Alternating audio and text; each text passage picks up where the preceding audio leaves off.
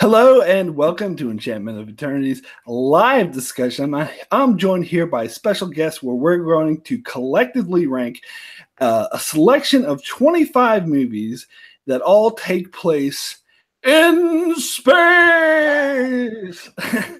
So before I describe how this is going to work, if you haven't, we've done a couple of these before, me, Don, and Josh, so it's great to be back to do these ranking things. But I'll get into the system, how it works shortly. But first, let me introduce my fellow space cadets, who, along with me, will all be trying to sabotage each other's own personal list of 25 favorites. First, let's start off with Darrin joining us for the first time. Thank you so much for joining, Darrin.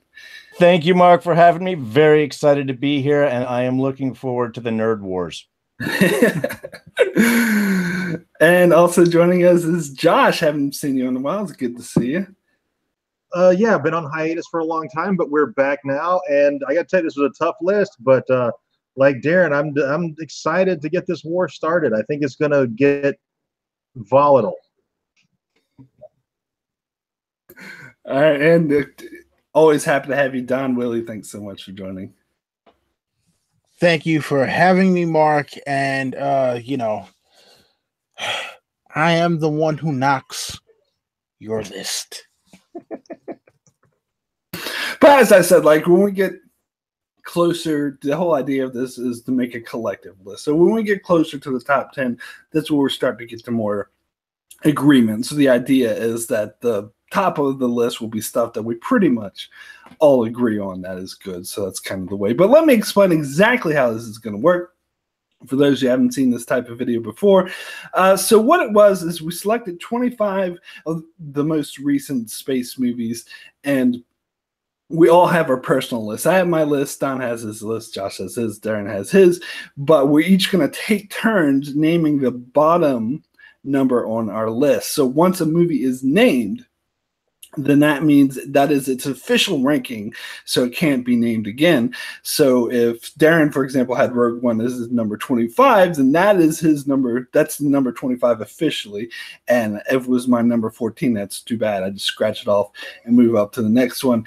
And then so we each we go down the list until we go through all 25 movies. So how we selected these movies is I took like the 50 most recent space movies and asked everyone involved, which ones they've seen. So we tried to narrow it down to the ones that we've all seen, which actually happened to be a lot more than 25. So I narrowed it down a bit more by bringing up the year a bit, because it originally went back to the early 90s. It actually only goes back to 99. Also weeded out some of the franchise stuff, like there were way too many Star Wars and Star Trek films in here, so I tried to weed some of those out so there weren't too many. Although I did miss the Thor, I realized I have all 3 Thor films in here. I should have weeded out some of those, but oh well. I'll deal with all 3 Thor films.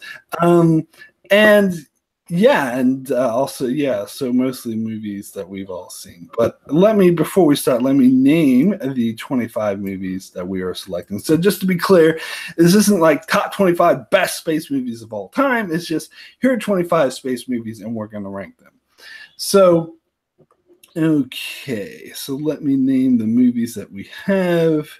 Kind of most recent to oldest is Alien Covenant, Guardians of the Galaxy Volume 2, Thor Ragnarok, Star Wars Episode 8, The Last Jedi, Rogue One, A Star Wars Story, Star Trek Beyond, Star Wars Episode 7, The Force Awakens, The Martian, Guardians of the Galaxy, Interstellar, Elysium, Gravity, Star Trek Into Darkness, Thor the Dark World, Prometheus, Thor, Predators, Avatar, Moon, WALL-E, The Hitchhiker's Guide to the Galaxy, Serenity, Star Wars Episode 3, Revenge of the Sith, The Chronicles of Riddick, and Galaxy Quest. So those are the 25 movies we have eligible. So we each take turns naming the bottom of our list to come up with our collective list. So let's, if anyone has any, first general thoughts on the list, because I have a general thought, is that for me, this list more than the others, like I'd say half of the movies on here I just think are okay to bad. Like to me, the movies don't start getting good until like my top 14, and they don't start getting like really great until my top 8. So for me, I was lukewarm on a lot of these movies. So it was kind of, maybe that'll affect my viewing of it. I don't know if you have any thoughts you want to share on the overall list. I actually found I enjoyed many of the films that were on here. It actually, to me, it made it a real interesting sort of setup with balancing it all out, because you have some films that are totally you don't like, some that you do, and a lot that are like, this is good, but this one I'd watch more. I mean, how do you rank those? So to me, that kind of like made the middle of the list really, really kind of an interesting area to see where stuff sort of laid out. But on the other hand, there's many parts of the list where I'm like, this could go up or down a few notches, and that would totally work for me. A lot of good movies on the list. I don't know. For me, my 25 through 20, I hate every single one of them. So ranking which one I hated most was really hard. In my top 5, I love every single one of those. So ranking which ones I like more, that was really hard. And then everything in between, I'm like, God, where do I put those? The whole thing was so difficult. Mark really kind of outdid himself on this one.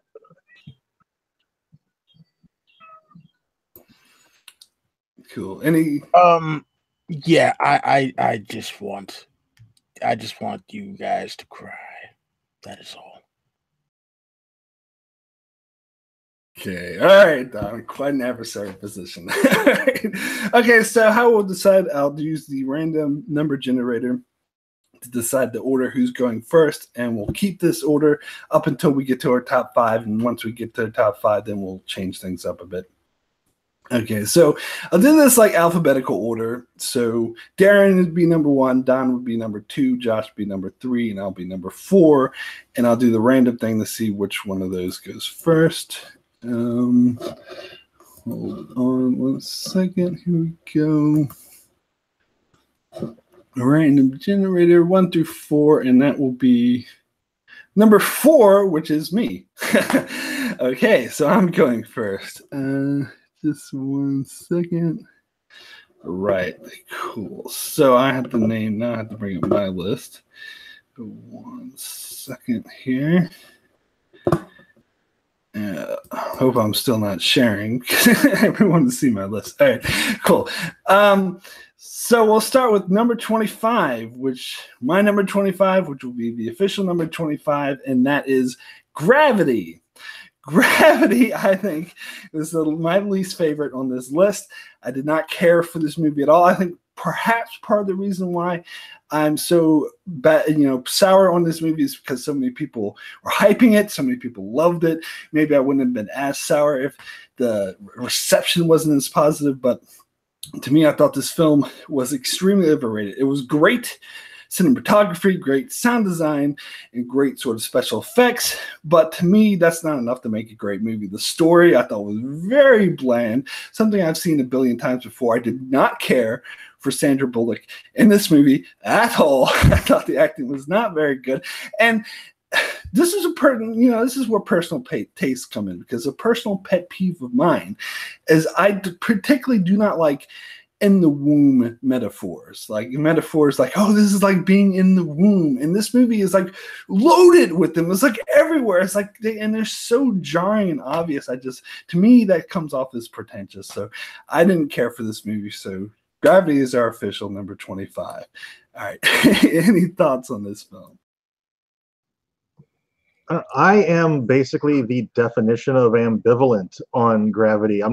It is dead center in my list. I don't love it. I don't hate it. The performances weren't especially good. I agree that the cinematography is great, which is why it's as high on the list as it is on me. But yeah, I mean, Sandra Bullock, this was maybe one of her worst performances, I think, and she's not a particularly good actress. So that's really saying something, I think.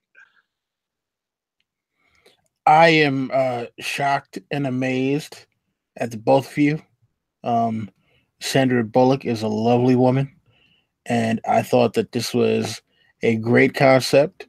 And Mark, I will make you pay for this. Oh, you will pay. What was it on your list, Don? I'm curious. So that was actually number 2 on my list. Oh shit! Blowing the list up, man. Oh I think Gravity is one of those films that works really well in the cinema. First time, it's one of those visually striking. There is some beautiful shots. I think it does suffer from rewatchability. I don't think that it's an adventure you necessarily want to make a couple of times, which is when it is a little closer to the bottom. Not quite this far on my list, but down there. But yeah, I think the performances were good, but yeah, I think it's definitely one of those where it works great in the theater with those large scopes, but then sort of falls off after that.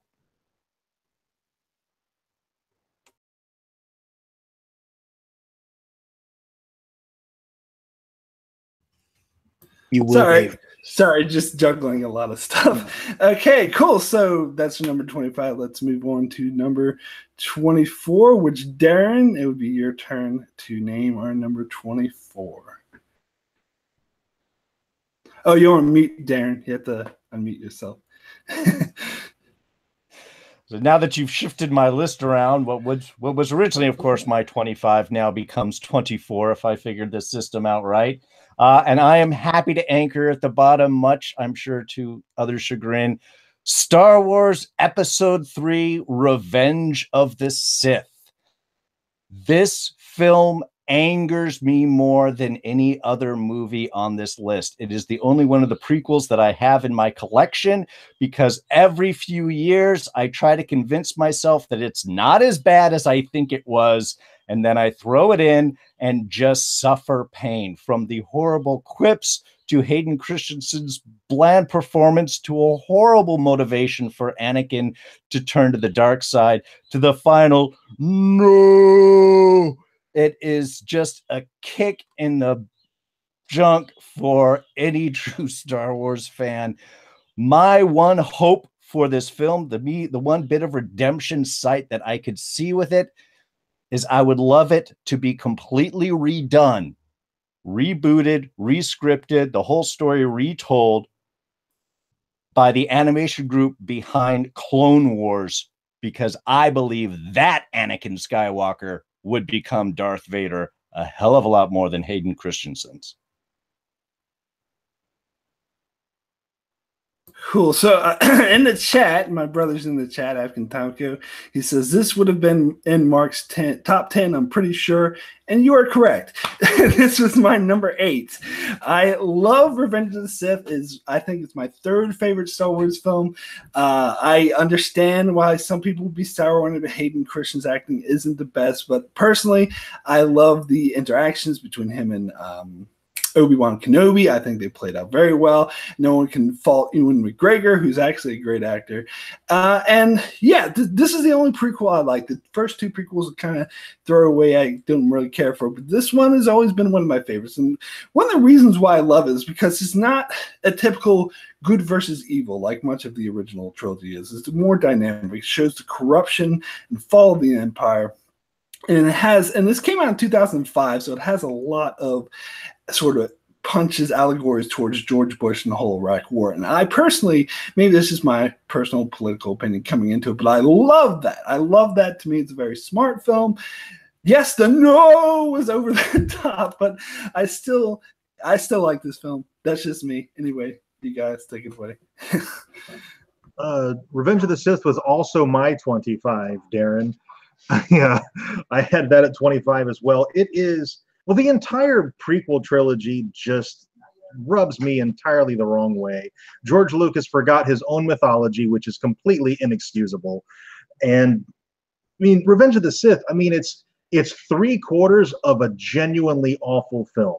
The last half hour or so, as good as it is with that lightsaber battle, it's the best lightsaber fight in the entire saga. It doesn't save it. So yeah, it was, and Ewan McGregor, yeah, he is a great actor, but he was ass in the prequel trilogy. He was awful. Wait a minute, we're better than this. What the fuck? That's maybe you pin that on Lucas. I mean, that's the take that he used, so maybe it's his fault. But that performance was absolutely awful. Ewan McGregor, I mean, as good as he is, that performance was not one of his best by any means. And I agree with Darrin. I would love to see it redone. I would love to see the prequel trilogy redone with the correct mythology. I mean, Anakin Skywalker is supposed to be an adult when Obi-Wan first meets him. He's supposed to be a fighter pilot, and Obi-Wan is supposed to be a cocky bastard who thinks he can train Anakin just as well as Yoda, and so he goes off half-cocked and does it himself. I mean, come on. It's ridiculous. Oh, I'm going to get, and this is going to last forever, so I'm going to stop.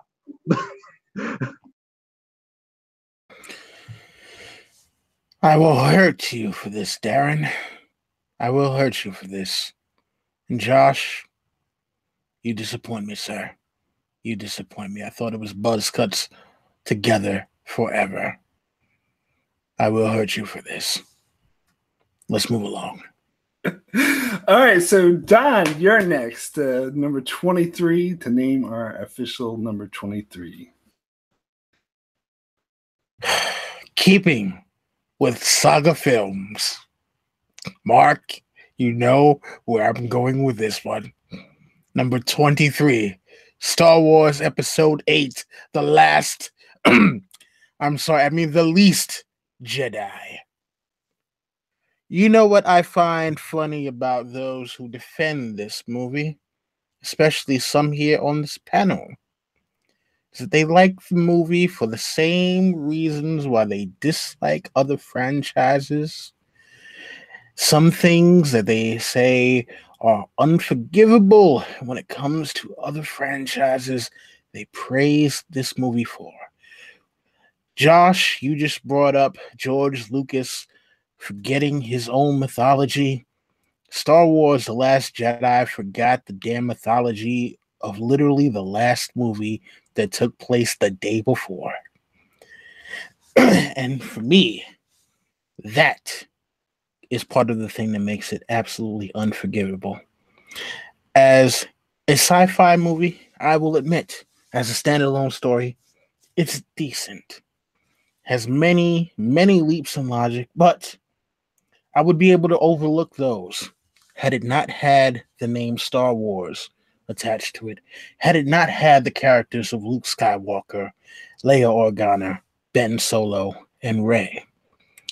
But for the fact that it does have those characters in this movie, and the fact that the movie takes place literally the day after, and perhaps maybe we shall have to have a discussion. I know Mark does not want to discuss this because we have discussed having that debate, but Josh, Darrin, possibly. Yeah, but for the reasons that Star Wars Episode 8, in my opinion, has actually ruined the saga after Episode 6, I would have to give it a 2 as a Star Wars movie, and that is why I am placing it at number 23, and it was actually 25 on my list. Okay, I actually do want to respond to that. I didn't want to do like a 2-hour-long debate video, but and I want to spend too much time on this, but I do want to get a little bit into it. But Josh and Darrin, I'll let you guys go first. So Darrin, do you want to go first? Yeah, that definitely ranked much higher for me. So I do have disagreement. I totally understand. I knew it was going to be a battle between Don and I. Is do we put Sith at the bottom or does Jedi get put down at the bottom? He and I have had a few talks about this.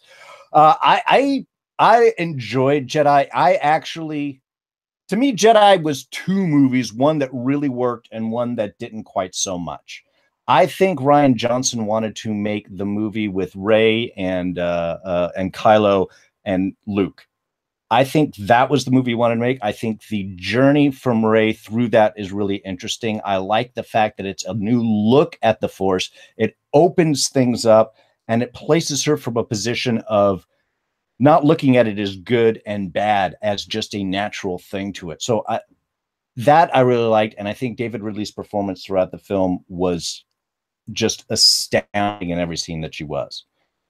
On the other hand, the whole space battle sequence, the whole slow chase, and the I can't even remember it, Canto Blight sequence, I think that was put in there because he kind of had to deal with that. So it's like Ryan wanted to do half of the film and not the other. I don't mind you changing expectations. I think he did it with too much and too many things. So while I disagree, I think it's a much better film. I do see where people have differences in with this. I just liked a lot more of the ideas that it presented. For me, I think Mark Hamill was absolutely right with his initial statement. I disagree with every decision made for Luke Skywalker in this film. This is not the Luke Skywalker that we know from the original trilogy. Rian Johnson absolutely ruined that character and has basically shit on the sequel trilogy. Can you imagine if they had killed the Emperor in The Empire Strikes Back? Where would the original saga have gone from there? Where are they going to go from here? I don't buy Kylo Ren as the Supreme Commander. I just don't. And I would have been more okay with the decisions they made for Luke Skywalker if he had done anything other than just force projecting himself across the galaxy and faking a lightsaber duel. I want to see Luke Skywalker square off against Ben Solo and lose. It's okay if he loses. It's okay if he dies there. But do an actual this was the first Star Wars movie without an actual lightsaber battle in it. They had that bullshit thing with the guards. That wasn't a lightsaber fight. This is the only Star Wars movie with no lightsaber battle. And that's some bullshit right there. On the other hand, I kind of get why they didn't have Mark Hamill do a lightsaber battle, because he looked really awkward holding that saber at the end of the movie. He looked like he really didn't know what he was doing. He looked like he really didn't train at all. And that is on Rian Johnson. Rian Johnson's got to make sure that Mark Hamill gets in the gym, gets with the trainer, and at least looks like he knows how to hold a sword. Getting to the Poe Dameron and that whole thing, that pisses me off even more. Because the whole story there is they've got to stay out of range. There's light speed in this universe. There is no staying out of range. You can light speed and catch up to them, pass them, flank them, and blow them out of space. What they should have done, how you fix that part, is you have a prolonged space battle. You make the Resistance survivors a little bit bigger. They have this big, massive fleet. A big, massive fleet of the First Order shows up, and you have a massive space battle that lasts the whole movie. The Resistance is just holding on, waiting for Rose and Finn to get back from Canto Blight, because they've been tracked through hyperspace. You can keep that. You wait for them to get back so they can zip away. That's how you handle that, and it would have been so exciting and so amazing. You could drop Admiral Holdo or whatever the fuck her name was entirely. She was pointless. It was completely just what is it? I don't know, not derived, fucking contrived. It was a contrived conflict and awful.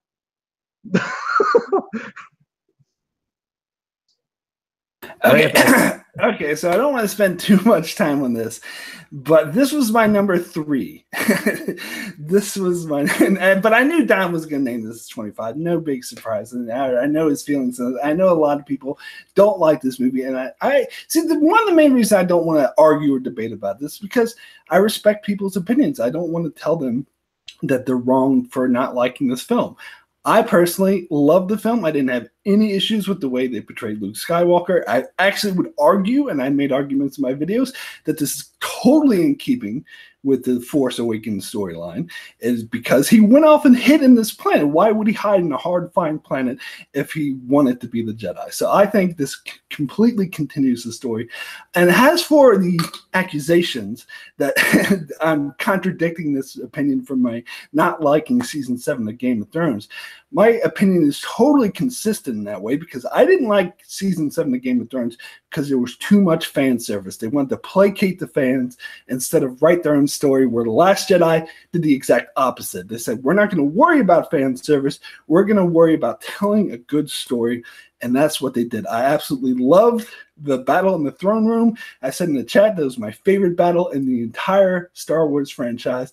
I loved what they did at the end with Luke Skywalker tricking Kylo Ren. I personally think Kylo Ren is one of the best villains in any movie ever, because he's dynamic. He's not just a two-dimensional, like they could, if they did like a two-dimensional evil like Darth Vader, then that would just be a repeat of Darth Vader. I love that they're doing something different. They're having someone who's a complex character rather than just someone who's right out evil. And I love they're taking the franchise in a different direction. Personally, I'm not that interested to see episode 9, knowing that Abrams is directing. I'd rather wait to see Rian Johnson's trilogy, because I love what Rian Johnson did, and I'm more happy with his take. I know Josh and Don really disagree, but that's my take. Let's just move on to the next film. I think we spent enough time talking about it. Real quick, short thing. Since you brought up the whole thing about it being consistent with The Force Awakens, there is an article that has been written. It's transcribed from an interview that Daisy Ridley did in France in some magazine. And apparently, J.J. Abrams had 7, 8, and 9 laid out. And when Rian Johnson came, he did exactly the same thing that Luke Skywalker did with the lightsaber in Episode 8 to J.J. Abrams' outline for Episode 8. So there's your consistency there, buddy. That is inconsistent with J.J. Abrams himself says, but let's just move on to the next movie. All right, so number 22, Josh, you want to name our number 22? All right, just backtracking for a second. Last Jedi was 24 on mine, so I had 2 Star Wars films as my 2 worst. Number 23, or what number are we on? What number are we on now? 23 for me, 22 for the list? Yes, 22 okay. For the list. My 23, 22 for the list. In keeping consistent with my hate of things that fuck around with mythology, Prometheus is number 22. Oh my God, I love the Alien films. I love Aliens 1 through 4. As bad as 4 is, I love it. Alien Resurrection is a terrible film, and if it's on TV, I'll sit and watch it. I don't give a shit. Prometheus just took the alien mythology and crapped all over it, and there's and the thing is, it's oh God, who's the director? Ridley Scott. It's his baby, and he did it. Oh my God, that's inexcusable. I mean, if I may jump in real quick, Prometheus was not supposed to be an alien movie in the way that the other alien movies are directly like, okay, this is a thing that is alien. Remember, if you listen to what Ridley Scott says, he was like, it was supposed to be more about the engineers, and Fox kind of made him throw alien stuff in there so that people would be able to kind of tie it together. And that's why we got Alien Covenant, because he wanted to keep on the path of doing more stuff about the engineers, and Fox told him, well, people still weren't aware that Prometheus was really connected to the Alien franchise, so you got to slap Alien on the title and throw more of the xenomorph in there. So to be fair to Ridley Scott, it wasn't him just saying, oh, I'm trying to screw the Alien franchise. It was a little bit of studio interference, not wholly, but there were studio fingerprints on there. What I don't think he was trying to, but he did anyway. Like I don't try to fall down the steps, but I have. So Don, where does this movie rank for you? Just curious. Oh, hold on.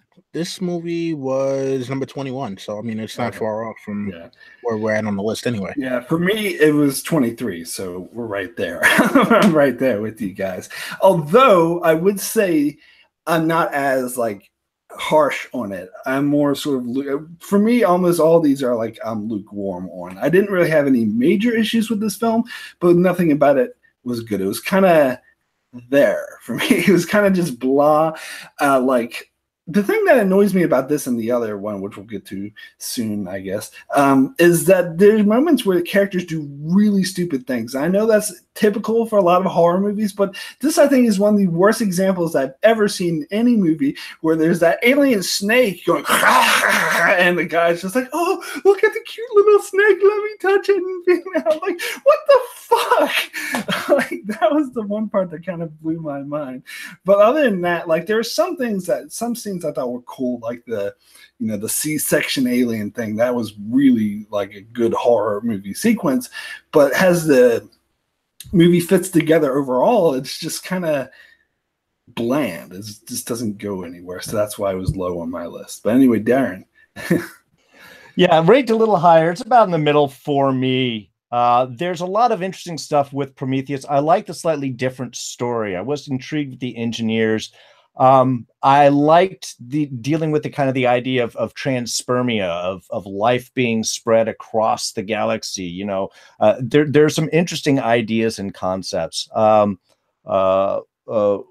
Potts, I can't remember her name. It's missing me right now. I loved her as a lead. There was some really interesting stories. I agree. There's a lot of stupid things that are done in this film. And I think Ridley Scott made a bigger mistake with her second outing, which, yeah, we're going to be covering up shortly, and I'd be more than happy to dive into my disagreements with that film. But there was a lot of interesting stuff I thought that was presented. I think its failure was a non-committal to that idea. It does feel like there were certain areas that were hedged and pulled back, and which exact story are we talking about? And I think it lost some ideas there. But from a visual standpoint and kind of re-embracing a new part of this universe, I liked the ideas it presented. I do agree there were some execution issues. Cool. All right. Yeah, let's just go ahead then and move on. Unless, Don, you had anything else to say about this film? I mean, I think I'm gonna just agree with Darrin on this one. Visually stunning. I think Ridley Scott's biggest problem with the character motivations is he might still be living in a more antiquated mindset when it comes to horror movies. You know, in a lot of horror movies, they do make dumb mistakes, and we've seen a lot of those dumb mistakes made. But I think in modern times, we as the audience expect our characters to not to purposely make stupid mistakes. We expect that if they get caught by some horror trap, that it was by accident. It wasn't something that was like, oh, look at this shiny thing over here. What could this possibly? Oh my God, no! So I think that's probably the biggest failing of the movie, other than it not having what Darrin said about the consistent narrative. It's the thing that we as audiences have kind of moved past. I have 5 PhDs. I'm like, well, why are you so fucking stupid then? Absolutely. Okay, so let's go ahead and move on to our collective number 21. I'm up next. This is number 24 on my list, so it hasn't been named yet, and that is Thor: The Dark World. This movie is, like, to me, the very definition of meh.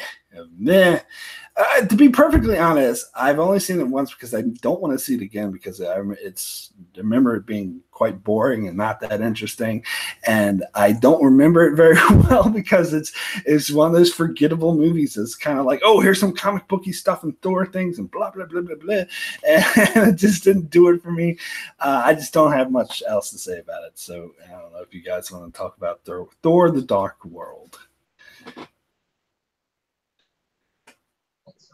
Bland sequel, forgettable villain. Yeah, I mean, I like it because it's a Marvel film, but I have to agree, it's not one of the more rewatchable. Definitely having some issues with finding the Thor character I think, in this film.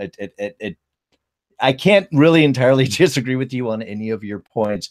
It is a bit more meh. The only high point, of course, is you have the Tom Hiddleston, Chris Hemsworth interaction, which is always fun. But outside of a few moments, yeah, it definitely, it wasn't quite here on my list, but it wasn't that much higher. Yeah, I had it at 18, so it's pretty down my list. It's just, I mean, the Dark World is just dry white toast. It's just the blandest thing ever. So I can't disagree with anything Mark said. It's not a good movie. None of the Thor movies, really, in my opinion, are very good. This was number 15 on my list, so I mean, it's not super high, obviously. I mean, I kind of had some of the same problems that Josh did with a lot of the movies after 10, where it was just like, all right, well, just kind of shake the dice and see where they land, kind of thing. So Thor: The Dark World wasn't the worst movie of all time, but yeah, forgettable villain. I think unfortunately, I think Marvel should have let Natalie Portman go. She didn't want to do the movie after Patty Jenkins left the project, and I think her and unfortunately the characters attached to her, Eric Selvig, Darcy, and the intern, I forgot what the hell his name was.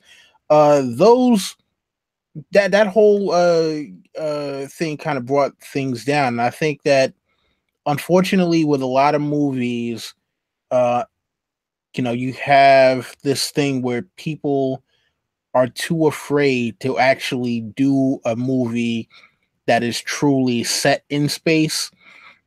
And I think that until Marvel got to Guardians of the Galaxy, they weren't comfortable enough with doing a movie that was fully set in space. And so we got some of the silliness that was on Earth, because Earth was the thing that kind of dragged the story down. It was everything on Earth. The stuff that happened in Asgard wasn't really that bad.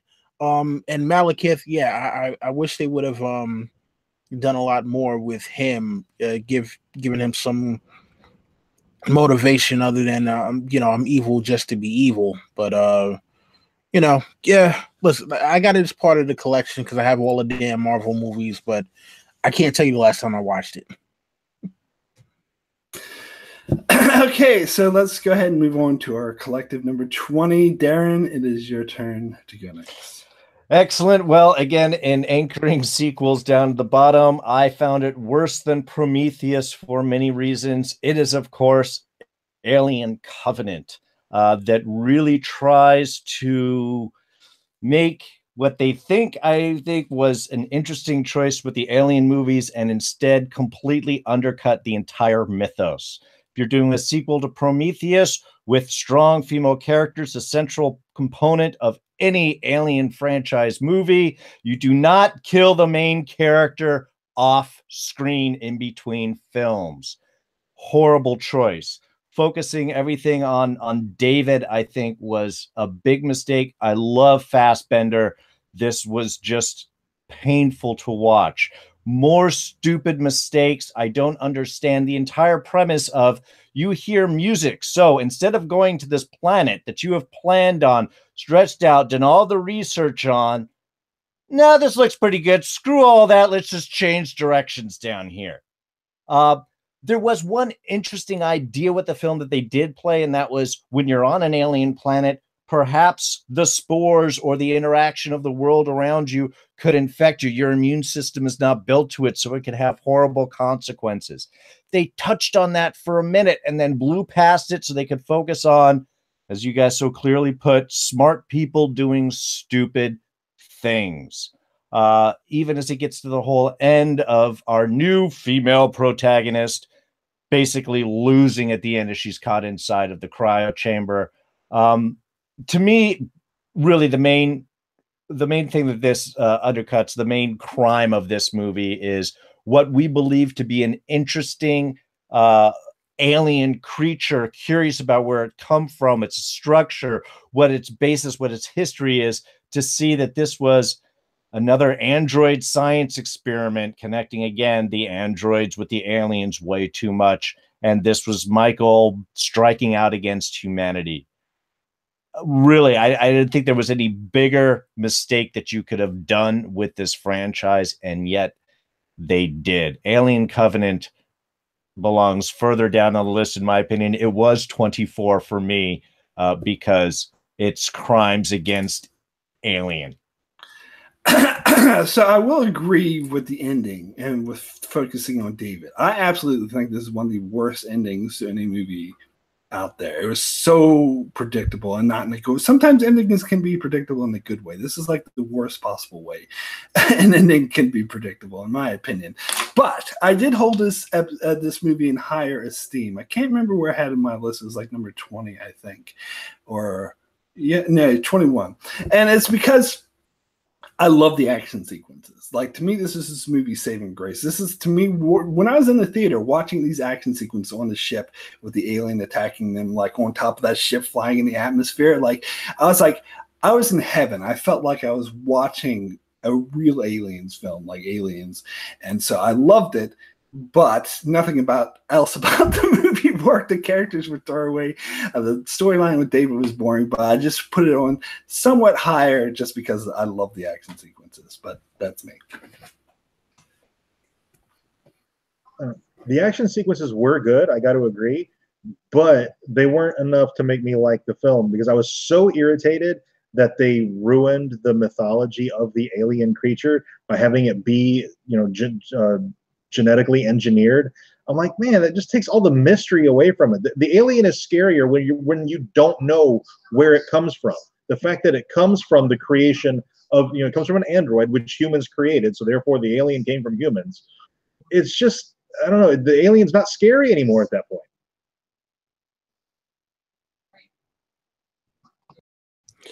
I didn't hate the movie. Didn't love it. Prometheus to me was a better movie in terms of the concepts and the way they try to do things. Alien Covenant to me suffers from some of the same issues that an earlier film we talked about suffered from, which was not answering questions that were set up in the last movie.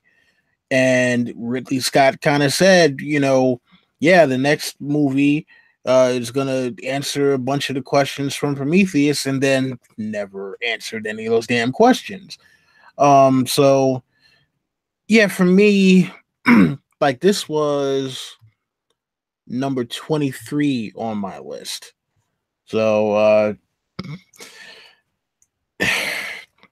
and again, Josh, I know you were talking about how Prometheus kind of ruined the Alien franchise, but this was an outgrowth of the fact that Fox was like, hey, people need to know that all of this stuff is connected. You got to slap Alien on there and throw the xenomorph in.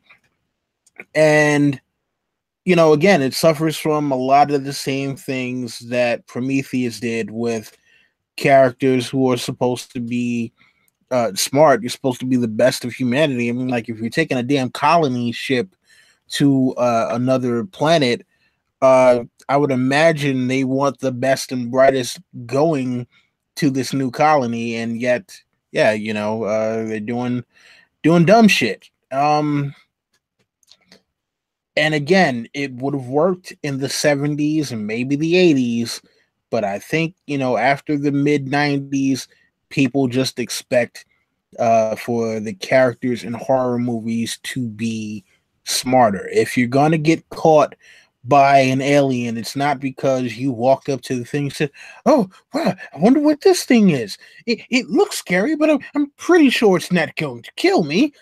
And yeah, unfortunately, really, someone needs to get to Ridley Scott and tell him, like, people don't want their characters to be idiots. They don't want smart idiots, okay? They're gonna be idiots. We want them to be like a fucking simple Jack or something like that.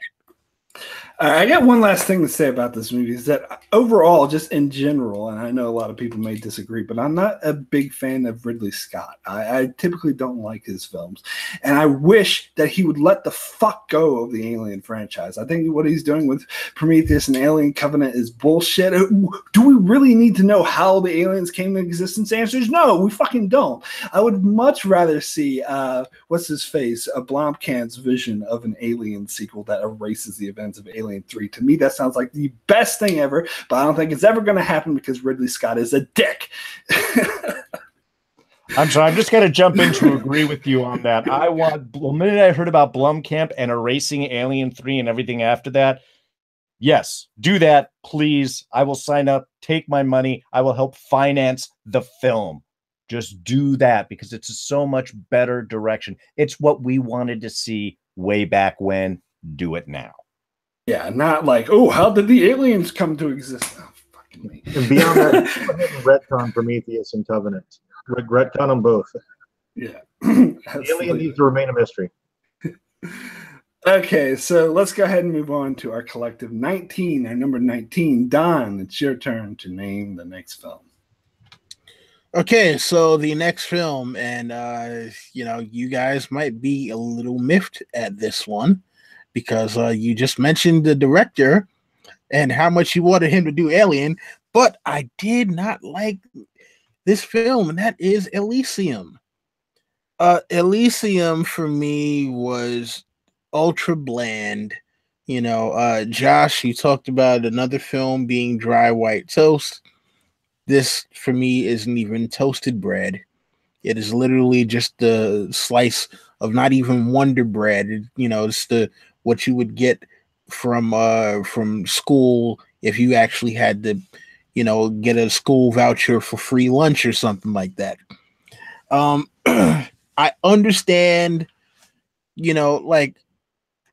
apparently Neil Blomkamp has this thing with trying to put messages into his movies, and I'll be honest with you, I loved District 9.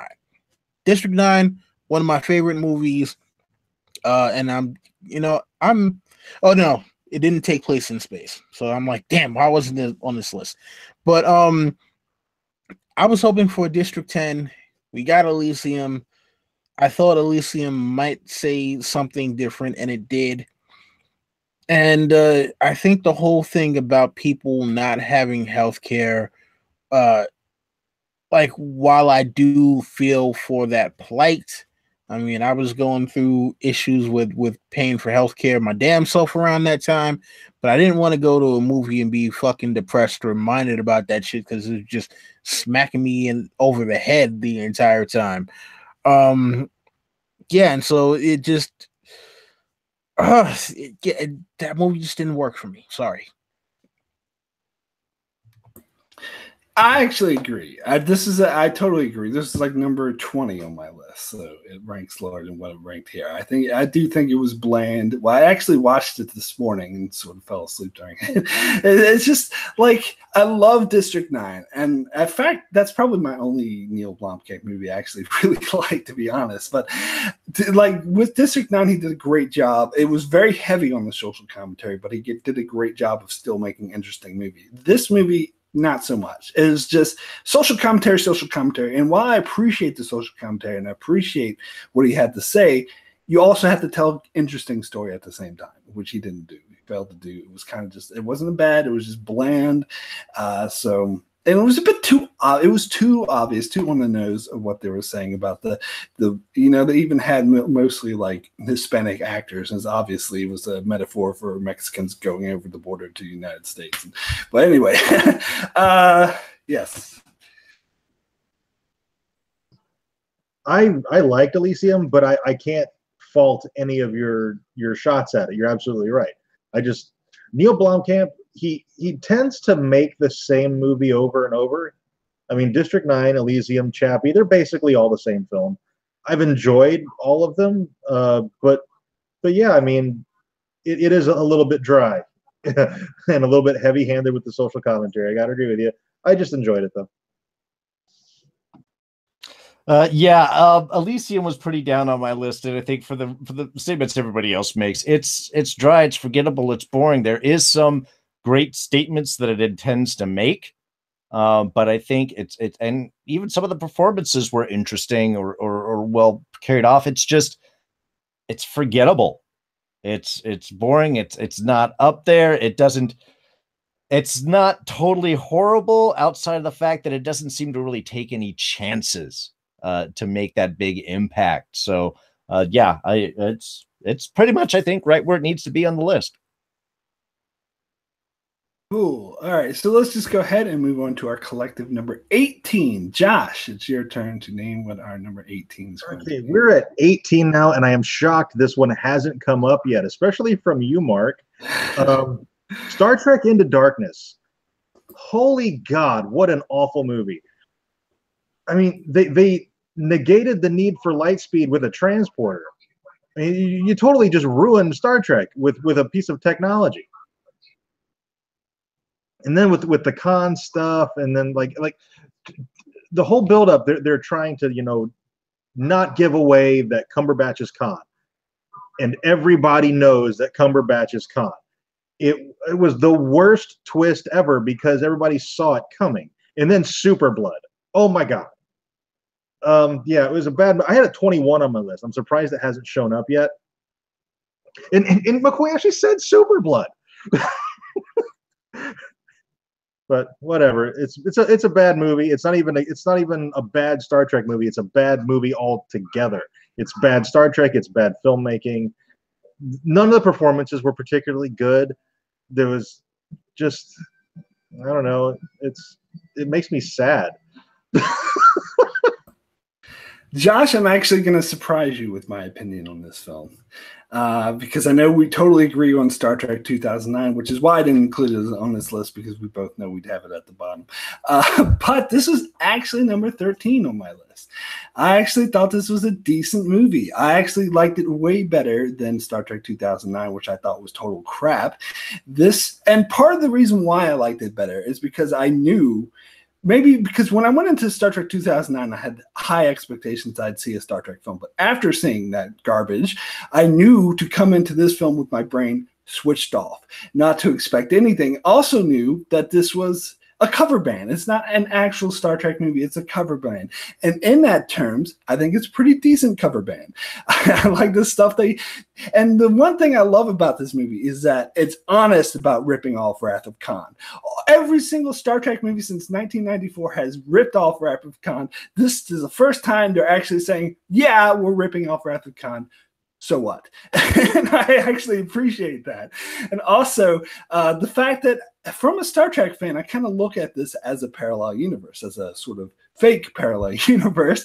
And from that sort of pays homage. And then I think it does a good job on that. And the other reasons why I think this film is better is because of the Kirk-Spock relationship, even though they don't act like Kirk and Spock in this film. The relationship between them still works a lot better than 2009, which I thought was just garbage, didn't work at all. So I thought it was an entertaining film, but that's because my expectations are low, and I consider this just a crappy cover band. And it's a good cover band, I should say. But and plus, I loved Benedict Cumberbatch in this film. I agree with you, Josh, about the whole trying to hide Khan was total bullshit, but I still think he did an amazing job as a villain. So that's me. Oh, plus they gave us Section 31 reference. I was such in Star Trek Deep Space Nine fanboy heaven when they gave it Section 39 reference. But anyway, yeah, that's why let me be clear though. I don't think this movie's great. To me, it's kind of on the high end of mediocre. So that's how it ended up at number 13 on my list.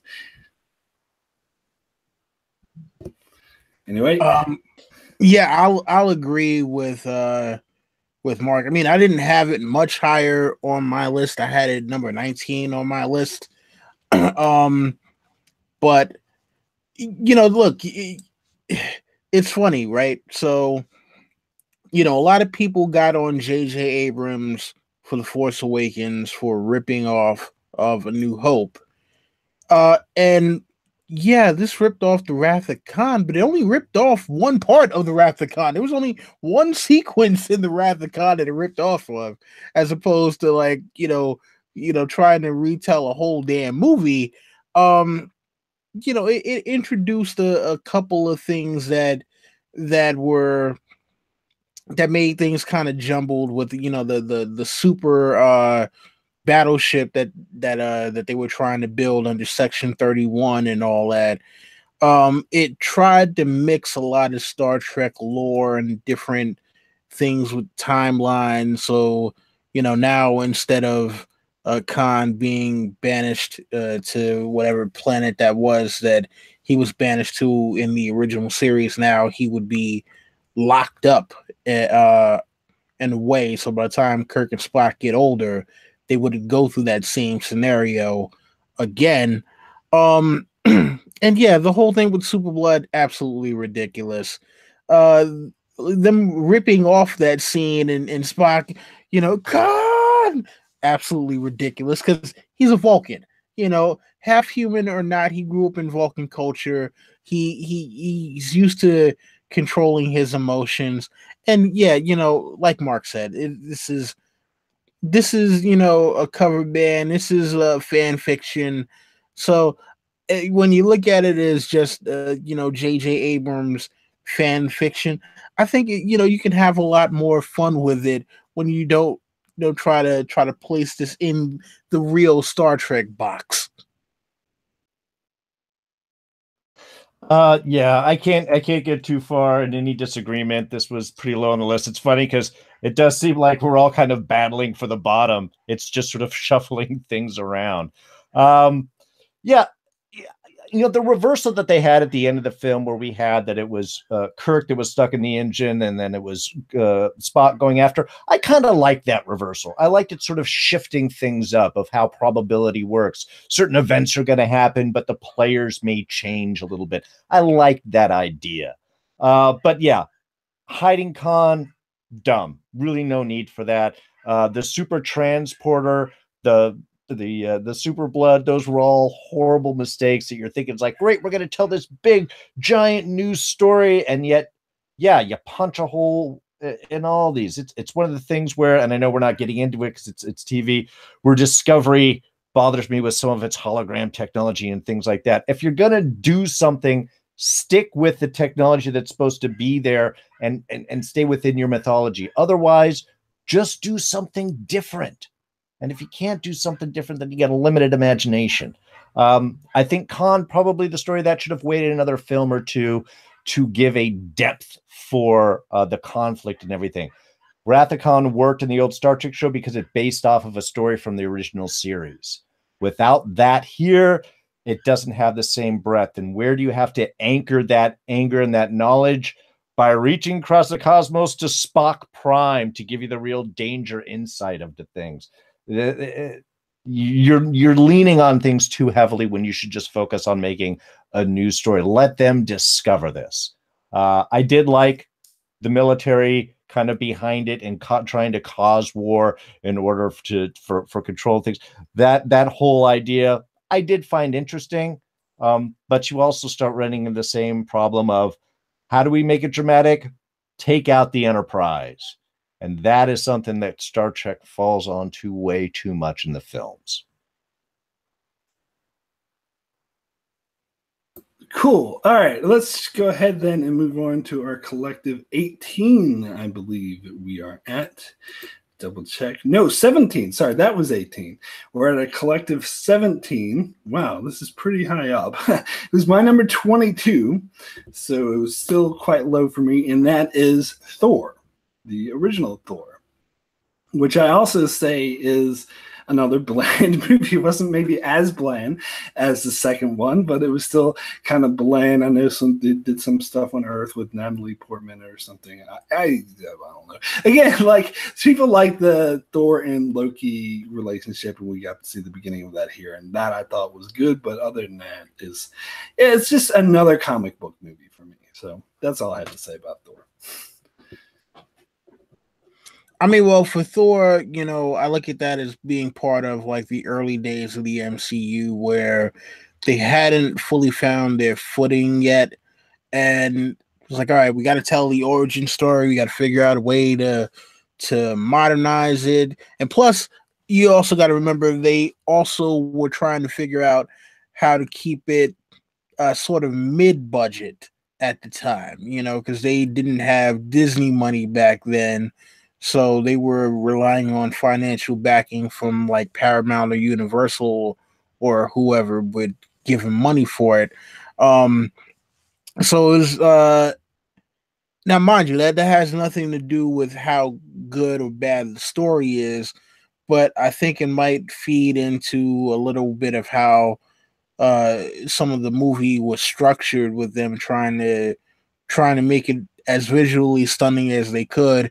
And sometimes when you're trying to do all the bright, sparkly things, the story doesn't always hold up as well. And I think that if you look at a lot of the Marvel films after the first Avengers movie, you'll see that a lot of times the story got a lot better because they were like, all right, well, we've been past the origin stories, we've done all the setup stuff, and now it's really, let's focus on trying to do things to draw people back in, for more than just the visual. So that was actually number 12 on my list. I mean, so obviously not too high up, but I mean, I liked it. I watch it every now and then. I think it's an enjoyable movie, but I do think that it does show a place of immaturity for Marvel as a franchise for the time. Yeah, I thought, again, Thor's kind of middling. It's about in the middle of the list for me. There was some interesting stuff. One, we got Tom Hiddleston out of it as Loki, so there is a reason to rank it pretty high right there. Also, I liked Thor's a very difficult story to tell, and I was curious where they were going to come from.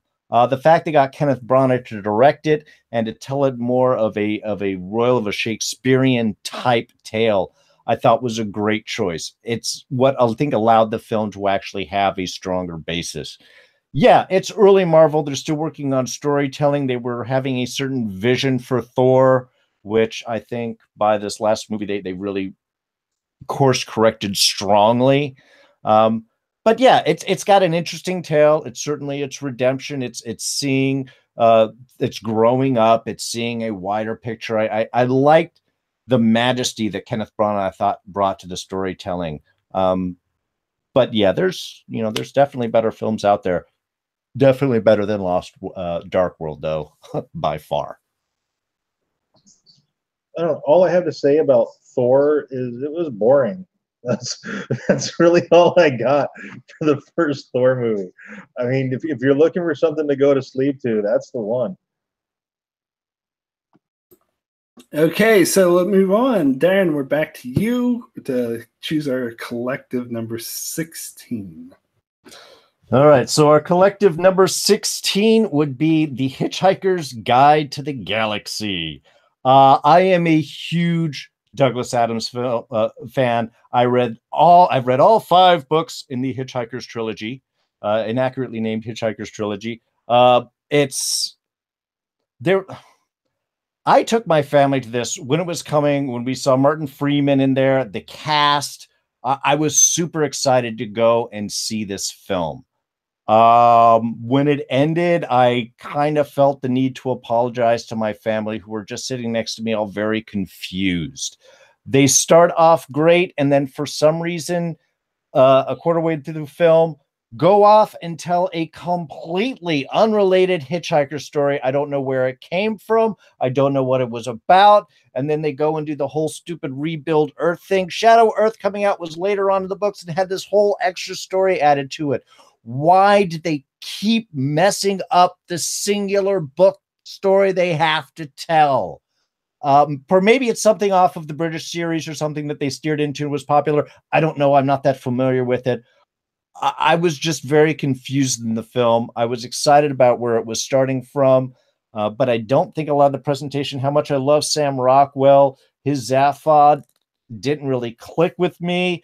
I love Alan Rickman, but I didn't think our paranoid android really came off. It was like there were some images they wanted to play, but weren't fully committed. And then, like I said, they went off in this whole different bureaucratic alien story that I don't even know where the hell that came from.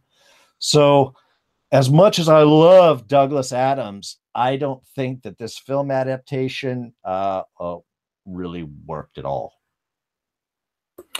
See, I'd never read the book, so I was just going off the film, and I was able to follow well enough. This was number 17 on my list, so it's pretty much right where we rank it, so it seems about right to me. I agree with the story. The story was kind of all over the place. It didn't really have a clear story. The plot, I was like, I couldn't really follow. I actually just watched this last night to remind myself of it. So it was a funny movie, but yeah, the plot I couldn't follow, or I followed, but it just didn't make any sense. It wasn't really there, and it's just it wasn't very well constructed. But I love the cast. I love the characters. I love the character interactions, and it's funny. They have a lot of funny interactions. I absolutely love Sam Rockwell in this film. I love Alan Rickman as the depressed android, and I thought Martin Freeman did a pretty decent job as well. So I enjoy watching this movie from the character interactions and the comedy that involves. The story around it's kind of a mess, but I take some enjoyment out of it. So I say it's an okay movie. I'm on board with you, Darrin. I'm a huge Douglas Adams fan as well. Absolutely love the book series, and the fact that it deviated so far from the book series was really disappointing.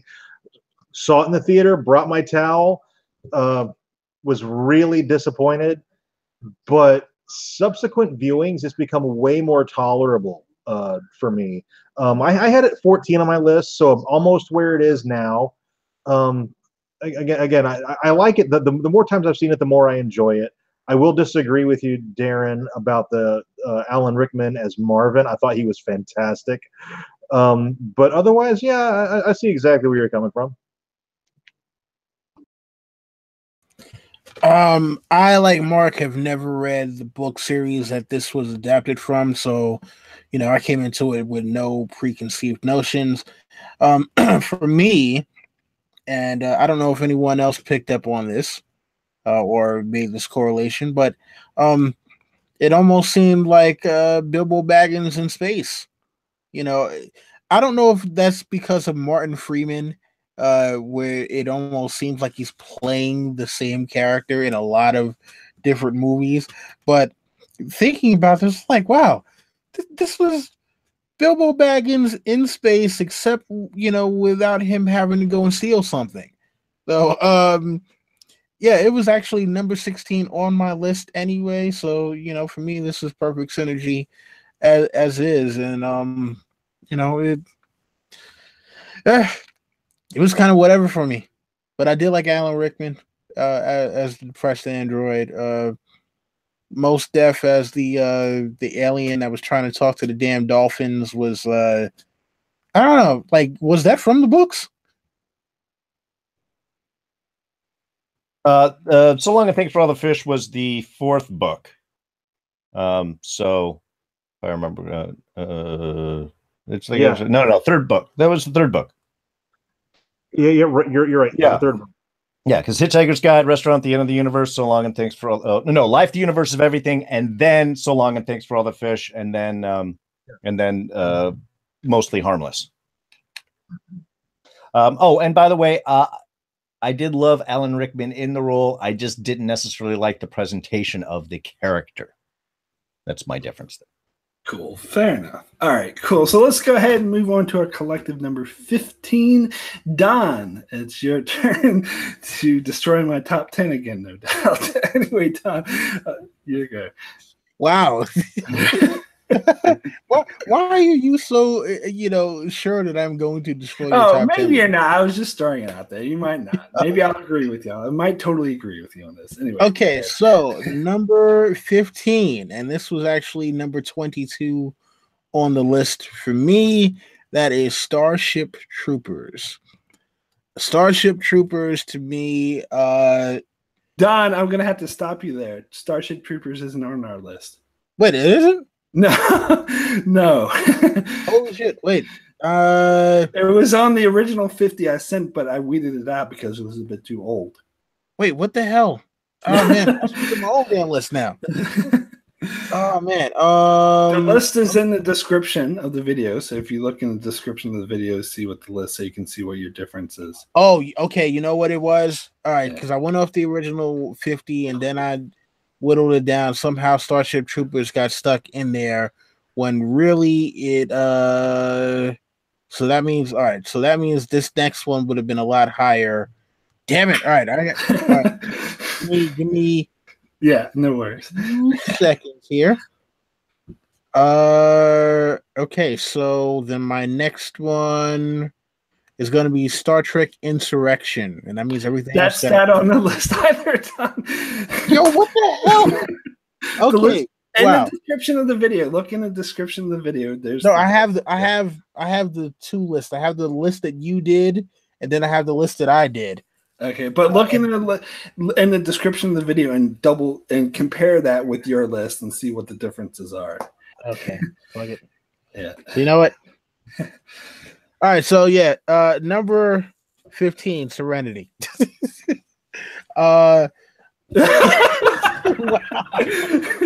Sorry, guys. Listen, I know you guys are big fans of Firefly, Serenity stuff. It just sorry, Josh. It just didn't do it for me. I'm sorry. It just didn't do it for me. Go ahead. All right, Don, you said I named your number 2. Well, you just named my number 2, Serenity. I absolutely love this film. I'm actually not the biggest Firefly fan. I will actually say I think the show is a tad bit overrated, but I still think it's great. I'm actually more of a fan of the movie. I thought the movie was spectacular. I loved it. I might be biased, and I admit my bias because I saw the movie first, so it's what I latched on to first. But also, I think it's because it has more of a cyberpunk feel, and the show has more of a Western feel, and I sort of personally identify more with that cyberpunk feel. Like, I love the freaking storyline with the reveal what the Reavers are, and I love that it focuses on River because she is by far my favorite character of the show, and so I love that the movie reveals, and I think the movie was actually amazing if you compare it to the show because it had the job of wrapping up the show in 1 2-hour movie, but also at the same time appealing to audiences who've never heard of the show, which I include myself in because I didn't even know this was the show when I first saw the movie. I just saw it at the video store, went and got it, and I thought it was amazing. And then when I go back and watch the show and see how it wraps up the show perfectly, it's even more amazing. And freaking, I can't pronounce his name, but the dude who's in 12 Years a Slave, who plays the villain, spectacular. I think one of the best villains of all time. Don, do you know what your sin is? It's pride. Anyway, Darrin, before Josh goes on his rant, I'm definitely disagreeing with Don on this. I too actually saw the movie before I saw the series. Loved the movie, was so much fun. I love the whole idea of the Reavers. The presentation of River Tam was so strong for me. That is the reason my daughter's name is River. She was a perfect envelopment of a kick-ass character, and yet very interesting and very vulnerable. I also have, there's a secret personal connection in with me. A good friend of mine, Luke LaFontaine, was the stunt guy that got kicked in the head in the bar by River Tam during her big breakout fight. So I had a certain special little joy of suddenly going, it's Luke getting kicked in the head. That's awesome. So it was some great personal joy in with me. But really, this is really where I fell in love with Nathan Fillion. The whole character presentation I thought was really fun. While I admit this may not be one of the greatest films, it is something I will watch anytime. I agree with a great way of telling a story and wrapping things up without having to know the origin. It got me to go watch Firefly. So yeah, I think this was a fabulous film. Deserves to be rated higher, but I will take the collective judgment. Don, your opinion is wrong. That's pretty much all I can say. Mark and Darrin kind of summed everything up. The only thing that I will add to that is the ensemble cast. The chemistry was fantastic. Joss Whedon is probably the best director of a large ensemble cast out there right now. And it really shows in Serenity. And the fact that you don't like it just makes me not respect you. Damn, man, like that's harsh, bro. I mean, listen, I didn't say I didn't like it. I didn't say I didn't like it. I'm just like, hey, you know what? It's a movie. It's better than Alien Covenant. So look. Yeah, it did a lot better than Alien Covenant. So Josh, it did better. It did better than Alien Covenant. It did better than Prometheus.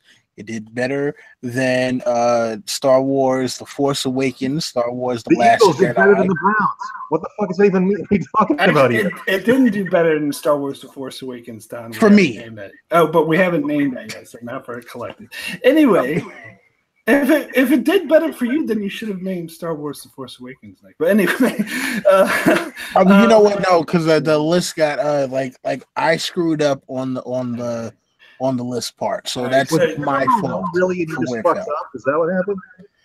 Yeah, I kind of screwed up on my list, so it's not necessarily a reflection of how I feel about the film. I screwed up on my list and had movies on there that weren't supposed to be there. So unfortunately, as a consequence, that's where this movie fell. All right. Well, this is our number 15. It's written in stone now. We can't change it. But Don, if you want to take time while we're going through the other stuff to double check your list and make sure it's correct and in the correct order from here on out, just compared to what's in the description. Cool. All right. Josh, yeah, I did want to ask, was this your number 1? This was my number 4, actually. It did not make my number 1, but it's in my top 5. It was my number 2, so actually, wow. All right, cool. So, whose turn? So Don went, says Josh's turn. We're at number 14. So, Josh, your chance to get Don back. What is number 14? People are saying that I'm echoing. Let me know if I still am. I shouldn't be, but if I am, let me know. We're at number 14. This was my number 20, so I'm surprised it hasn't come up yet. Star Trek Beyond. I don't like any of the new Star Treks. This one was by far the most Star Trek feeling of all the new ones, but it was boring. It was less exciting than Into Darkness. It was just a boring film to me. That's all I got. That's all you got. Oh, there we go. I thought this was a great return to form for Star Trek. I think this would have been a better second film for them to do as opposed to Into Darkness, which I said I think should have waited until they built up a bit more of the mythos and connection and character work that Wrath of Khan or that Into Darkness then really should have needed. But like I said, it was kind of a return to Star Trek form. They're out, they're investigating, they're finding new things. I loved the girl that they met up on the planet. I love her character. There was some great different storytelling, but, and I think maybe, Josh, this is one of the reasons that you didn't like it, or anybody else, is it falls into a lot of the same big movie tropes. Again, we got to, how do you make them dangerous? Destroy the Enterprise.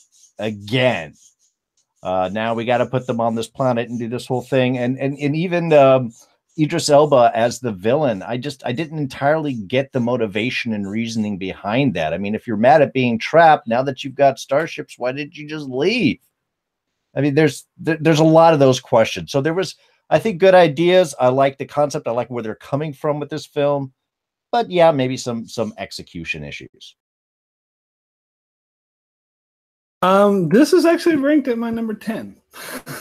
Again, I think I gotta reemphasize that the movies don't get great for me until my top 7, top 8. But boy, my top 10 is being destroyed. There's hardly any of it left. But yeah, I actually to me, this was the only one of the reboot Star Trek films that was a Star Trek film. This felt like Star Trek. Kirk felt like Kirk. Scotty felt like Scotty. The character interactions felt true to Star Trek. The themes felt true to Star Trek. And I don't mind that they had like big space battles to the Beastie Boys. I don't mind that they had Kirk running around in the motorcycle because it still felt like Star Trek. You can have action. A lot of people throw these straw mans, oh, you just don't like action in Star Trek. I don't mind action in Star Trek if it has the same feel of Star Trek, the same feel of the characters. And I thought they came out. I think the fact that Simon Pegg wrote this helped that a lot. So I actually had a lot of fun. To me, this is on the very high end of very, very high end of mediocre, like, or close to like very good. Well, not quite very good. Then maybe that's getting too far. But I did really, really enjoy this film. The one thing I think held this film back was the villain. Idris Elba is a great actor. He's totally wasted here. This is a cliche, two-dimensional villain. Like when he had his line in the film when Uhura's like, I can't remember what Uhura says. She said something like, oh, my friends are coming to get me. And he says, I'm counting on it. I literally went, oh, got it in the theater because that is such a cliche line. It was such a cliche villain. And then his reveal at the end was a bit convoluted. I didn't really like that. But the rest of the movie, like the character with Jayla, whatever her name was, really good supporting character for a Star Trek film. One of the best, I think. So overall, I wouldn't rank this like that high as a Star Trek film, but as a fun science fiction film, I really liked it. And I liked that the character interactions made a lot more sense. And it wasn't like the first two films, both of them. You talked about the flaws in Into Darkness. I would remind you all, 2009 had pretty much the same amount of flaws. I mean, I'm sorry, I cannot get over the fact you cannot promote a fucking cadet to captain instantly. It's just, that is ridiculous. It does not happen. And Star Trek Beyond doesn't have anything. It has a tangible universe, unlike the first two. So that's why I hold it in higher esteem. Still, I don't think it's like the best movie ever, but I liked it. I had a lot of fun with it. As far as the new Abrams verse Star Treks, this was probably, there was definitely the most Star Trek like. It did have issues. The villain was a little bland, and the motivations, it was like, why do you hate the Federation so much? You hate the Federation because they didn't want to go to war? Like that, what? Like that doesn't even make any sense. And then the whole thing with the transformations, that was a little convoluted. They didn't necessarily explain the whole transformation thing, as why they did the transformations. Real quick, and I don't know, Mark, if you will allow me this time to amend something. I would like a retcon. I think that kind of messes us up a bit. It may not, because I think Josh is still sitting there very angry with me and so are the rest of them. But I don't want you to do this just because Josh is angry at you. No, because you know what? I went through the list, and I actually had this on the list at a much lower ranking earlier. So it's like you're gonna take the list more. Yeah, I think it's written in stone now. We've moved past it. So I think it's now it's just gonna make it more complicated. Yeah. Okay. All right. Oh man, now because I was just thinking about it, I'm like, shit, how did I miss that one? But all right. You do it next time. So who did Star Trek Beyond? Star Trek Beyond, that was you, Josh, right? That was mine, yeah. Yeah, so I'm next. Bring up my list. Hold on one second. So we're at number 13, and I'll try to find. Oh, yeah. How did this movie get this high? I mean, I don't think it's a horrible movie, but it's like, to me, this is a very definition of mediocre. I think a lot of the movies named earlier, especially Serenity, but I won't get into that, were way better than this film, and that is Predators. I mean, I'm a huge fan of Predator. I like the Predator franchise. I like that. I don't think this was a disgrace to the Predator franchise, like the stupid Predator versus Aliens, which do not exist. By the way, those movies do not exist. So it was okay. Like, it didn't anger me, but it was just kind of, predators going around killing people. I mean, to say, oh, there's predators and there's more of them, that's, a bit copying too much from Aliens. I'm sorry, but it is. But it's a totally different concept, though. It's, people trapped on this alien planet. But to me, there's no stakes. Like, they're trapped on an alien planet. They survive the predators. More predators are going to come and kill them. So it just makes it hard for me to get invested in any of the characters' survival, because I know they'll all die anyway. So it's just about, with cool ways predators can kill people, which, it has entertainment value, but it only goes so far, in my opinion, without a tangible plot and something to latch on to. And the characters are kind of cliched as well. I have high hopes for, what's his name? Darrin, do you know the guy's name who's doing the next Predator movie? He was in the first Predator movie. He wrote Shane films Black? like Shane Black. Yeah, I have a lot high hopes for Shane Black's new Predator movie. Hopefully it's better than this one. So that's it. I really like Predators. Sorry, Don. Do you want to go first? I was just gonna say, after Iron Man 3, I'm not sure how high my hopes are for Shane Black. I don't really like Iron Man 3. Nah. And all right, real quick. Look, I do like some of the concepts that were explored in this Predators movie. The execution, not great, and there were a couple of scenes in there. Like one scene that totally stood out to me that was like, oh wow, like you couldn't get more obvious, was the samurai showdown, where literally they're in a forest one moment, and then it changes to like a Japanese style open field. Like, oh yeah, we just pulled this directly out of Akira Kurosawa film or something like that. And I'm just like, really? I'm like, no one else is noticing the drastic change in scenery here. So yeah, some things were kind of cheesy, and it was one of those things where I understand what they were trying to do. Didn't necessarily work out all that well, and that was actually number 22 on my list, I believe. Yeah, so I had it a lot further down. I really like Predators. I thought it was the best Predator movie since Predator. That might actually not be saying that much, but I thought it was a really good movie. I would disagree that there weren't really any stakes, because they're all going to die anyway.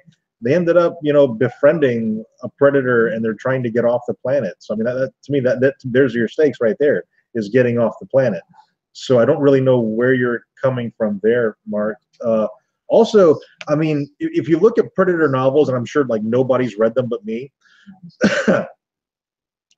but there is it's established that a human can become part of the Predator tribe, and the fact that these people have survived, that's a direction you could go if they ever wanted to do Predators 2. There you go. The lone survivor becomes himself a predator. They've done that in the novels before, and it's really, really cool. Yeah, I have read the novels, and and I did think, I agree, that was handled well. I don't know, it's been a while since I've seen that movie, but I didn't get the vibe from watching it that they would make friends with the predators. I can't say it because it's been years since I've seen it, but I remember I never got that. I never made that connection. It was the one who was tied up. They kind of allied there for a minute. He was going to help him get off the planet. Okay, I don't know. I still kind of blame it for me. But anyway, Darrin, any thoughts? Yeah, I really enjoyed Predators. Actually, I thought it had one of the best opening sequences of Adrian Brody waking up, falling through the sky towards the planet. I mean, talk about a disorienting and immediately literally plunging you into the unknown. I thought that was beautifully done. I also thought Adrian Brody pulled off that role really well, and I wasn't expecting to see him as a hard ass, and I think he did great. I loved having Lawrence Fishburne in there as kind of like the survivor that was using all the new people to come in and taking their stuff as a way of his own like survival. So There was a lot, I think, really into these films. I actually think I enjoyed it more than the original, and I've always loved Predator. But there was a certain cheese element to it that I think that this film stepped beyond, certainly for the first time. Now, I do have to disagree. I did kind of enjoy Aliens versus Predator. It's not a great film. I know you're freaking out. It's not a great film, but it was fun enough for me. I thought it was kind of interesting to sort of mix some of those ideas. But that's the second question. But no, I was really excited about this. I was kind of bummed that no sequel kind of came out of it because, I was like, okay, now Adrian Brody's got to get off the planet. He's got to take this next step, maybe bring the fight to the Predators. I was intrigued to see where that was going to go. So, this actually ranked, I think, at number 10 on my list. So it's about where it should be. But I thought this was an unexpected but really enjoyable adventure. Oh, I guess that's why it's so high. You guys had it high. I don't know. What did I say? It was like number 19 on my list. But just real quick about the Alien versus Predators, as what Josh mentioned about the books. I read these books called Alien versus Predator that came out like in the late 80s, early 90s, and I loved them. And maybe it was unfair of me to judge it but it's just because I have this example that exists of the story being told amazingly well, and I see this on-screen version that's such a pale comparison to that. It's just I can't get on board with the films because of that. Oh, well, I didn't get a chance to read those. I have seen those and I know how popular they were. So if you have a better story in your mind and then they come out with something like, then I totally get that. Cool. Okay, let us go ahead and move on to what are we at now? Hold on. Someone else might know. I got to bring it up. We're at 12 now, aren't we? 12, yes. Number 12. So I just went. So Darrin, it's your turn to say. That's me. All right. So number 12, and again, much like you've started to see some of the way these lay out. Surprised this is as high on the list. It was certainly much lower on the list for me. And that is the Chronicles of Riddick. Let's be honest, Pitch Black was the better film. Chronicles was attempting to take this mythology that was created and make it bigger, and kind of like what sequels do when they make those errors, it tried to blow things up too much. The great thing about Riddick as a character is that small humanity. Now you're trying to move him into this galaxy savior and the whole Furians ideal, and it was heavy-handed. It was like, it's like a male Mary Sue, to use a term that Don and I were using a little while ago. It's the guy that can do everything and everyone is amazed by him. I saw some behind the scenes of the making of this, and Vin Diesel was like a nerd in paradise, jumping around, showing the sets. You could see how excited he was about telling this big story. And I don't think it came across. I love Carl Urban. I think he was a little wasted in this. Tandy Newton, again, also an amazing actress, just not as intriguing. The whole villain idea just didn't grab it. It tried to make too big of a film centered around a character that really was better, smaller and darker, and in those grittier areas. So to me, it betrayed the idea of the character of Riddick. And I didn't think that was really redeemed until the later Riddick film, which is not on this list. Both this and Pitch Black, I would have ranked much higher than Chronicles. The reason why Riddick wasn't on the list is because I haven't seen it, and I refuse to see it because they're just doing a repeat of Pitch Black instead of continuing on the story of Chronicles of Riddick, which is what I would have preferred, because Chronicles of Riddick is my favorite of these Riddick films. I thought Pitch Black was too much of a Aliens remake. Sure, it did go in some different directions. It was a decent film, but I actually thought Chronicles offered more in terms of original storytelling. That being said, I didn't think it was that great of a movie either. I just have a lower opinion of the Riddick franchise overall, because this ranked as number 9 or 18 for me, so just above the last one. So I actually agree. I think it's too high on the list. I would have put, to me, this is a mediocre, fun sci-fi film. You drink beer and eat popcorn and go to sleep and whatever. Josh, you're flashing your number. Do you want to go next? Yeah, it's I had it at 17 on mine, and Darrin covered it all. It made the universe kind of too big for Riddick.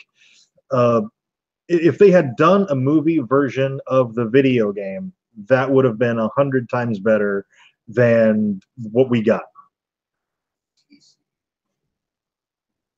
Oh, dude, if they did a Butcher Bay movie, that would have been the proper Riddick story to tell. That would have been interesting.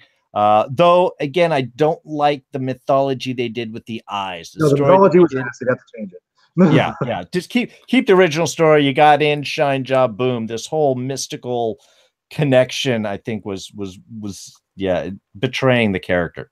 Well, hold on one second. This was based off of a video game? News to me. No. About the time Chronicles came out, because Riddick was a big property, they did Dark Fury, the animation little group bit. They did that connected Pitch Black and Chronicles of Riddick. I think I saw that. Yeah, they did Chronicles of Riddick, the big film, and then they did a tie-in video game called Escape from Butcher Bay, which took place before Pitch Black, was him escaping the prison and then John's going after him. Okay, so it didn't start as a video game. It started with Pitch Black. No. Started with Pitch Black. This was all retcon type of stuff. Okay. Anyway, Don, I haven't talked about the film yet. What are your thoughts? Chronicles of Riddick was interesting. It totally broke with the way that they did Pitch Black. Because Pitch Black, for me, while I thought it was an interesting concept, it started to fall apart in the third act for me. Chronicles of Riddick, I think it was interesting, but like the whole thing with the mythology of the Furians and all these other different races, they never really set that up in Pitch Black. So when it showed up in the Chronicles of Riddick, I was like, what the hell is all this now? I just thought these were all humans from Earth that went out and kind of, colonized things. And so I'm like, how far in the future is this supposed to be? And now you got different human species and stuff now. So it was like once that came into question, it was like, all right, try to hold it together. And Riddick, when I found out the concept of Riddick, I was like, but that doesn't make any damn sense with what happened in Chronicles. So I wanted to like this movie a lot more than I did, but like that one fell as number 20 on my list. If it's so low for all of us, how did it end up at number 12? I don't get that. List busters. That's how it's the list busters ruining everything. We all had it low. Yeah, so it is what it is. Okay, cool. So let's go ahead and move on to number 11. Don, I hope you have your list in order now. The number 11. Yeah, so number 11, and this was the one that I actually wanted to retcon because I absolutely hate this movie with such a passion. There's only one or two movies I hate worse than this one, but somehow because I messed up the list, it wound up higher. Wait, Don, just to ask, so is this a movie you didn't realize was on the list until recently? Yeah. Okay. So would this been your number 25? No, this probably would have been like number 22 or 23. Okay. And that is Avatar. Oh my God. Listen, I hate Dances with Wolves, and I hate every time that they do a new version of Dances with Wolves, and this was literally Dances with Wolves in space. It was visually stunning. It looked amazing, but ultimately it was Dances with Wolves in space. And for that reason, I hate this fucking movie. I think that people have gotten smart enough to know that, at least they should, audiences should be smart enough to know when it's just literally a reskin version of a movie, and it seems like they do this every couple of years. Look, and it's the trope of what do they call it? The white savior trope, where he was the one lone white guy out of the evil military that just like, oh man, these wayward savages are not as bad as I thought. I must save them from my evil white brethren now. Like, how many times have we seen this movie? I'm just tired of seeing that movie. We've seen it before. It was interesting the first time. Once you get to number 15, and especially the fact that they spent so much damn money doing the same thing is part of the reason that pissed me off. So yeah, fuck Avatar. You guys might like it, but I'm just tired of seeing the same fucking movie all over again. Okay, so this is number 16 on my list. So I think it's too high as well. This is one of the most overrated movies of all time, but I think most people know that. I don't know. I didn't see it in 3D, so maybe I didn't get the full experience. But I don't know. To me, this is the very definition of middle of the road. This is like an okay film. It's not bad. It's not good. It's kind of just, right in the middle. It's kind of good. It's enjoyable to watch, but I liked Dances with Wolves. I love Dances with Wolves. I thought it was a great film. I don't need to see a science fiction version of that with blue aliens. Sorry, but I don't. Dances with Wolves stands up on its own. And yeah, the plot was just a rehash. The characters were kind of interesting, so I'll give it that. And the story was kind of interesting. But I really have no need. I have only seen this movie once, and I really have no desire to ever see it again. Definitely do not have a desire to see a part 2, 3, and 4. What the hell? James Cameron's just gone off the deep end. I don't know what the fuck is wrong with him. But anyway, I bet you those movies are gonna bomb. But who knows? Anyway, you guys. Well, my wife is Native American, so I definitely have a different perspective on seeing this. The bringing up a lot of those indigenous ideas and seeing from a sort of colonial perspective of encroaching on that. I think the film did really well. I did see it in theaters. I did see it in 3D. As a cinematic experience, it was breathtaking. It was the best 3D, the only really good use of 3D that I have seen in films. I did love the storytelling. There is ridiculousness, okay? Unobtainium, come on. Come on. That's not even trying right there. Darrin, just real quick, real question for you, real quick. Did you see Dread in 3D? Oh, no, I did not. And I could imagine that would have been astounding. For me, that was the best 3D experience, but I didn't see Avatar in 3D. So, yeah. And I think just because you brought it up, I want to throw it out there. Why there has not been a sequel to that movie, to Dread, I have no idea. That was awesome. Please, and so many people want it. But again, not the story that we're telling here. But yeah, it was. So there's a lot about Avatar. I agree on rewatching. It does lose some of its luster.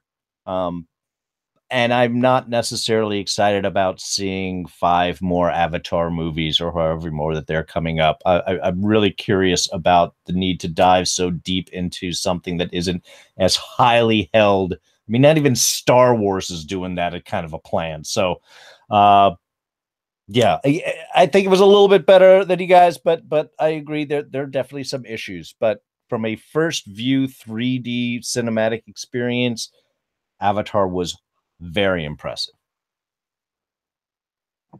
I saw it in 3D as well. I thought I don't particularly care for 3D, so I won't really remark on whether or not it was like this breathtaking experience because I just don't particularly care for 3D.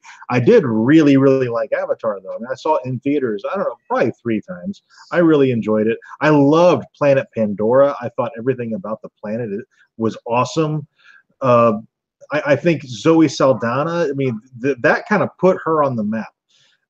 So that movie is the reason she's Gamora and Guardians of the Galaxy. Nobody's mentioned it yet. I have a feeling it's going to be pretty high on the list. So if you're going to shit on Avatar, you should thank it for Zoe Saldana. Yeah, I'm sorry. I think I said Tandy Newton, not Zoe Saldana. You were quite right. I'm very looking forward to Westworld, so I had her on my mind. But yeah, and that is right. Once they turned off and you got to see the visuals and the colors and the black light vision of Pandora, yeah, that was pretty stunning. I mean, look, real quick, I'll just say again, visually amazing. Probably one of the top 5 movies that I've ever seen in terms of visuals.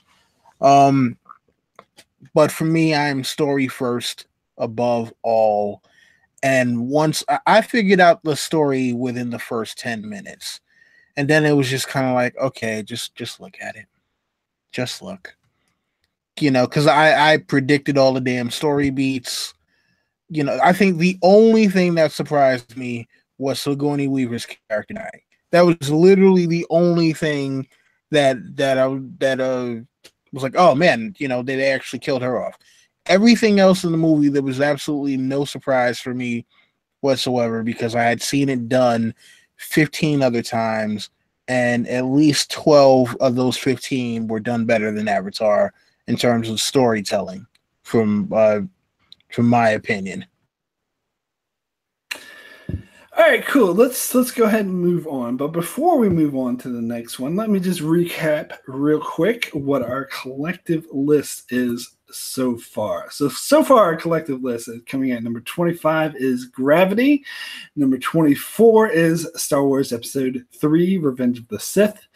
Number 23 is Star Wars Episode 8, The Last Jedi. Number 22 is Prometheus. Number 21 is Thor, The Dark World. 20, Alien Covenant. 19, Elysium. 18, Star Trek Into Darkness. 17, Thor. 16, The Hitchhiker's Guide to the Galaxy. 15, Serenity, which it doesn't really belong there. And 14, Star Trek Beyond. 13, Predators. 12, The Chronicles of Riddick. 11, Avatar. And when I say it doesn't belong there, I think Don actually had it rated higher as well. But we were already moved past that. So let us move on to our number 10, kicking off the top 10. Josh, what is the first movie in our top 10?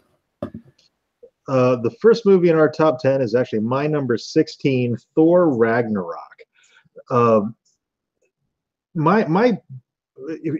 back to like my 25 through 16 are all movies that I really didn't care for. So I'm really kind of bummed that Ragnarok's actually making the top 10.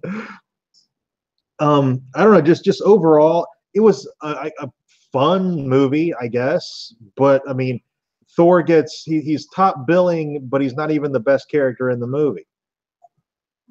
I mean, they made it more fun than the first Thor movie or Dark World. I almost said Into Darkness, Dark World, but it wasn't that much better. Like I had Dark World at 18, I had Ragnarok at 16. I just don't think much of the Thor films overall. To call back to what we talked about earlier, it's dry white toast. They're just boring. I think you just hate guys with blonde hair and blue eyes. Just admit it, okay? All right. You hate people. That's all. Oh man, listen. Thor Ragnarok for me. Where did I rank that? That one I had as number 8 on my list. I'll be honest with you. Everything after number 5 is really kind of like iffy for me anyway. So, look, I liked the movie. I thought it was cool. I thought it was definitely the change of pace that Thor needed in order to save its trilogy. And yeah, I mean, like, I just think that they cut his hair and broke Mjolnir. They saved the trilogy. No, I think you need to give Blue Eyes a chance, bro. Give Blue Eyes a chance. He's using Beta Ray Bill's hammer in Infinity War. No.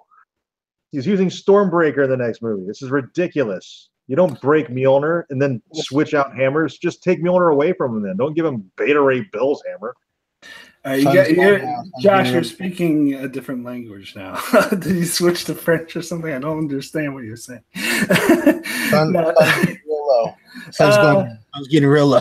I'm not as familiar with the comic, but I now only have 2 movies left in my top 5 because this was my number 4, Thor Ragnarok. I absolutely love this film. I didn't really care for much for the 2 first Thor films. This, in fact, is my favorite MCU movie of all time. This beat out Captain America Winter Soldier for my favorite MCU movie of all time. Absolutely loved it. Not only was it hilarious, the humor worked. I freaking love Taika Waititi, his directing. I'm a fan of his movies. Maybe that's my New Zealand bias coming into play. But I thought what he added to the Marvel cinematic, especially Thor in particular, was a very unique take. And some people complain, oh, it's too much of a comedy. I totally disagree. I thought this film had some of the best shot action sequences I've ever seen in any movie ever. It was so beautiful to look at, especially when they put it to music with the Led Zeppelin song. That was amazing. This was a blissful movie-going experience for me. One of my all-time favorite comic book movies, my favorite Marvel movie. Loved it. Number 4 for me.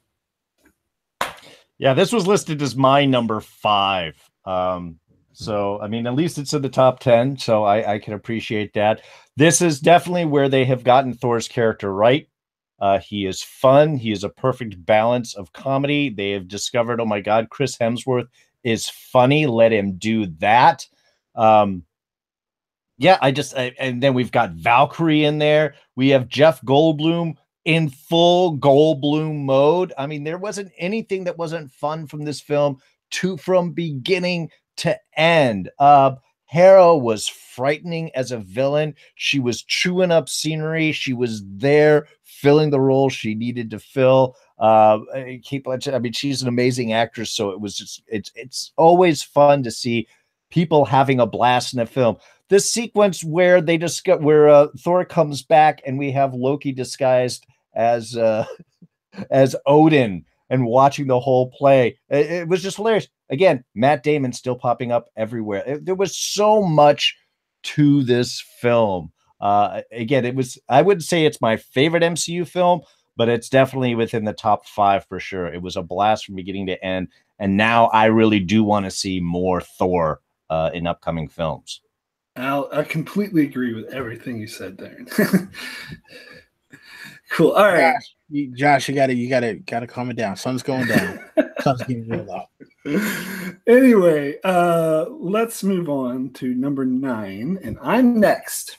So I'll name a movie which I will say flat out I thought Thor Ragnarok was miles better than, and that is Guardians of the Galaxy Volume 2, which I just watched again last night to refresh my memory of it.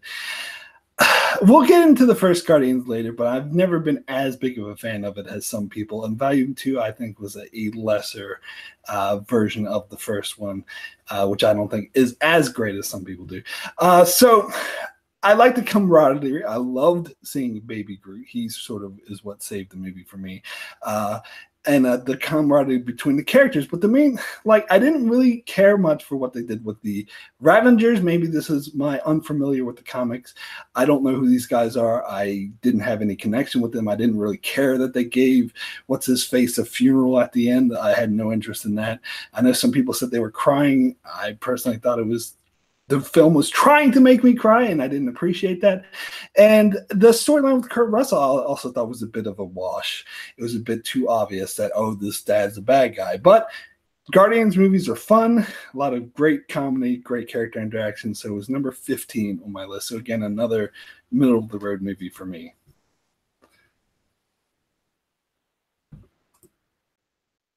I guess I'll start it off then. You know what? I actually liked this movie a lot.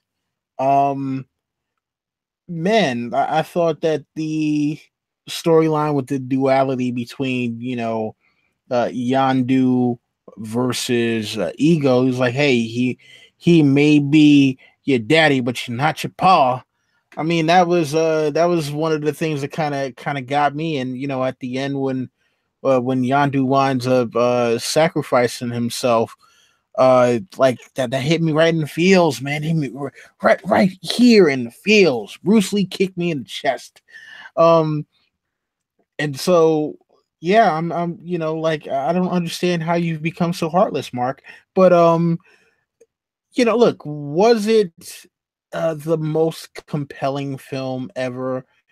No, I mean, and it was little shaky with the whole thing with basically the gold folks playing video games, and that's how they controlled their ships. But I thought it was a funny gag. Not done as well as it could have been, but it is what it is with some of that stuff. But I like the movie a lot, and I just you need to stop hating on golden people, Mark.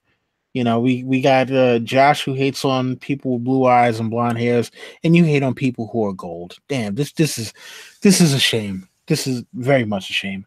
Actually, I think I was hating on blue people this time. Anyway, Darrin and Josh. Yeah. Guardians. I have Guardians 2. I don't know if I've actually rewatched it since I purchased it. I loved the film. It was fun. It was a great movie-going experience. Kind of forgot about it afterwards. Love Kurt Russell.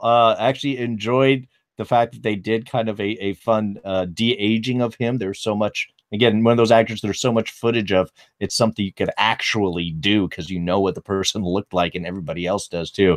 So again, a lot of ideas, a lot of concepts. There was good character work in it. I just didn't find it as impactful as the original Guardians. It was fun, but I don't know, maybe I should throw it back on because it just didn't really stick with me. I think this is exactly where Guardians 2 belongs on this list. If it would have cracked the top 5, I would have been really surprised. It was really enjoyable. Going into it, I was very skeptical because I wasn't sure how they were going to pull off Ego the Living Planet. That was the one thing I was concerned about because I knew they could tell a good story. They did it in the first one. But were they going to be able to pull off Ego the Living Planet? And they did, and it made it just an absolutely fantastic movie. I had an 8 on my list. So what are we at, 9? So I think it's probably right where it belongs. And yeah, I mean, the Guardians movies are fantastic, and I think that's one of the things that kind of dragged Ragnarok down, is it felt too much like a Guardians of the Galaxy movie. Fair enough. Okay, cool. So let us move on to number 7, which is Darrin. I believe it's your turn to say what our number 7 is going to be. All right. Well, this was ranked much lower on my list, not because it's a bad film, but because it's not rewatchable and it didn't hit me as much as everyone else. So go ahead, people, get ready to yell at me. I guess our number 7 would be Interstellar. Lot of overratedness. And look, it's a visually stunning film. Christopher Nolan is an amazing director. Okay, let's get that out of it. But it seems very much set up to try and trap the character and tell this particular story without a lot of reasoning behind it. There's a lot of, humanity's in trouble, but there is this magical wormhole that suddenly forms up above Earth, and that's what allows us to go and escape. So you're doing a reach from your even initial setup. Then you do the big journey and everything, which is fine. But when they go down to the super gravity planet and they lose all of those years, that's one of those that, again, super smart people should have thought of. They should have known some of these circumstances. They shouldn't have taken that risk. Well, we could go and look at this other thing, or we could blow the next 25 years and check this one place out for another couple of minutes. There was a lot of that. And then when it got back to some of the traveling, a little heavy-handedness at point. Again, a beautiful story. I just don't think that it is as great a film as a lot of other people place it. Oh, I just want to correct something. This is actually number 8, not number 7. No, my bad. Number 8. That was me. No, that was me. I said that. That was my mistake. I said it was number 7, but it's actually number 8. Oh, good. So it's lower down on the list. I'm fine with that. This was my number 1. You have eliminated my number 1 movie, Interstellar. I know the ending wasn't the best. I think the ending could have been a bit better, but I was so blown away by this film. When it ended in the theater, I was stuck in the seats like 5 minutes after the credits end. I was so in awe. I love this film so much. The sequences with I can watch just the sequences with the big tidal wave coming. I can watch that scene over and over again. It gives me chills every time I watch it. It was one of the most amazing scenes in science fiction. And also the scene where they're trying to dock with the spinning station after the explosion. Oh my God, this was the film that had me most invested, most intense. I think the stakes were extremely high. I really invested with the characters. Christopher Nolan is a brilliant filmmaker, but I do not think he can do no wrong. A lot of people throw that, oh, you just like it because Christopher Nolan. No, there are a lot of Christopher Nolan films I don't like, including one that everybody loves, but I won't get into that here. So it's not that he can do no wrong. I certainly think he can do wrong, but this is one of his better films, in my opinion. This is one of the better sci-fi films of all time, in my opinion. The ending could have been better. It would have been really up there if they would have fixed the ending, maybe made it a bit more ambiguous and not so clear about this. But I didn't really mind. A lot of people really complained about that ending. I thought it was fine, but it just could have been better. But the rest of the movie, pure gold, my number one. So now my top four have been eliminated. My top four are gone. Oh, God, guys. Okay, anyway. Thoughts on Interstellar? I really liked Interstellar. The only problem I have with it is I think Matthew McConaughey was a little bit miscast. I would have liked to seen a different lead. I think somebody else could have done it a little better. McConaughey is a fantastic actor. I just had I had a hard time with him in that role. That's just me. That's the only thing negative I can say about it. Well, I will have to disagree with you there. But one thing I did forget to mention is that scene where McConaughey is getting the letters from his sons and daughters after they grow age, after the time pass. That's, again, another one of the best science fiction scenes ever. And I thought his acting was amazing. I thought he deserved Best Actor for that scene alone. But anyway, that's just my opinion. Don, what did you think of it? You know what? This was actually my number one as well. So yeah, I mean, we both kind of got shut out on that one. But after what I've done to the list, I do deserve it. I like Christopher Nolan as a filmmaker. I thought this was a great concept, visually. Again, one of the most stunning films I have seen, just in terms of the planet that they were on that was pretty much covered with water. You get that giant wave, and the wave is moving so slowly for so very long that it almost looked as though as if it were a giant cliff. And then they kind of realized, wait, that's moving. And it's starting to move more rapidly now. We gotta leave. The fact that he sourced quantum physicist and all that to kind of get the look of the black hole in the event horizon correct. The way that they set up kind of the time loop with him being able to communicate with his daughter through the code. Was it binary code? Or whatever code it was that he used, that he was able to connect. It was Morse, wasn't it? Okay, well, he was able to connect with her through time, and it wasn't until he was in that space between time and event horizon. That was, I thought that was just a great way of telling the story and tying everything together. So, yeah, Interstellar, an amazing film, and wow, I'm shocked, that Darrin, you were not a fan. Look, like I said, it's a beautiful film. It is well told. I just don't find it at this point, when we're starting to get to the top of the list, how I look at things rates with a lot of rewatchability. And this is not one of those films that I'm typically going to throw on to watch and spend the afternoon or dive back in. It's just, that's personally where things tend to sort of rate. I think it's a great film. I think it's beautifully done. I just don't find it as rewatchable, and therefore that's the reason it doesn't rank as high with me. I mean, that's fair enough, but I could rewatch it all the time anyway. But I'm not surprised, though. I'm not surprised that this didn't make it high. In fact, I am surprised it made it all the way to the top 10 because I know a lot of people do not like this film, and I accept that. That's fine. But for me personally, I love it. Anywho, let's move on to our actual number 7, and that's Don. It's your turn to give us a number 7. So it's funny. I am surprised that number 7 made it. That this made it all the way into our collective top 10, because this was actually number 17 on my list, and that is Star Wars: The Force Awakens. Listen, Star Wars: The Force Awakens by no means is a bad movie. Right? It is not a horrible movie. It is not even a horrible Star Wars movie. But it does suffer from many of the J.J. Abrams problems when it comes to storytelling. One, his reliance on nostalgia. 2, his whole mystery box thing where it's like, all right, I have to set up questions, and then unfortunately someone else may decide, fuck your questions.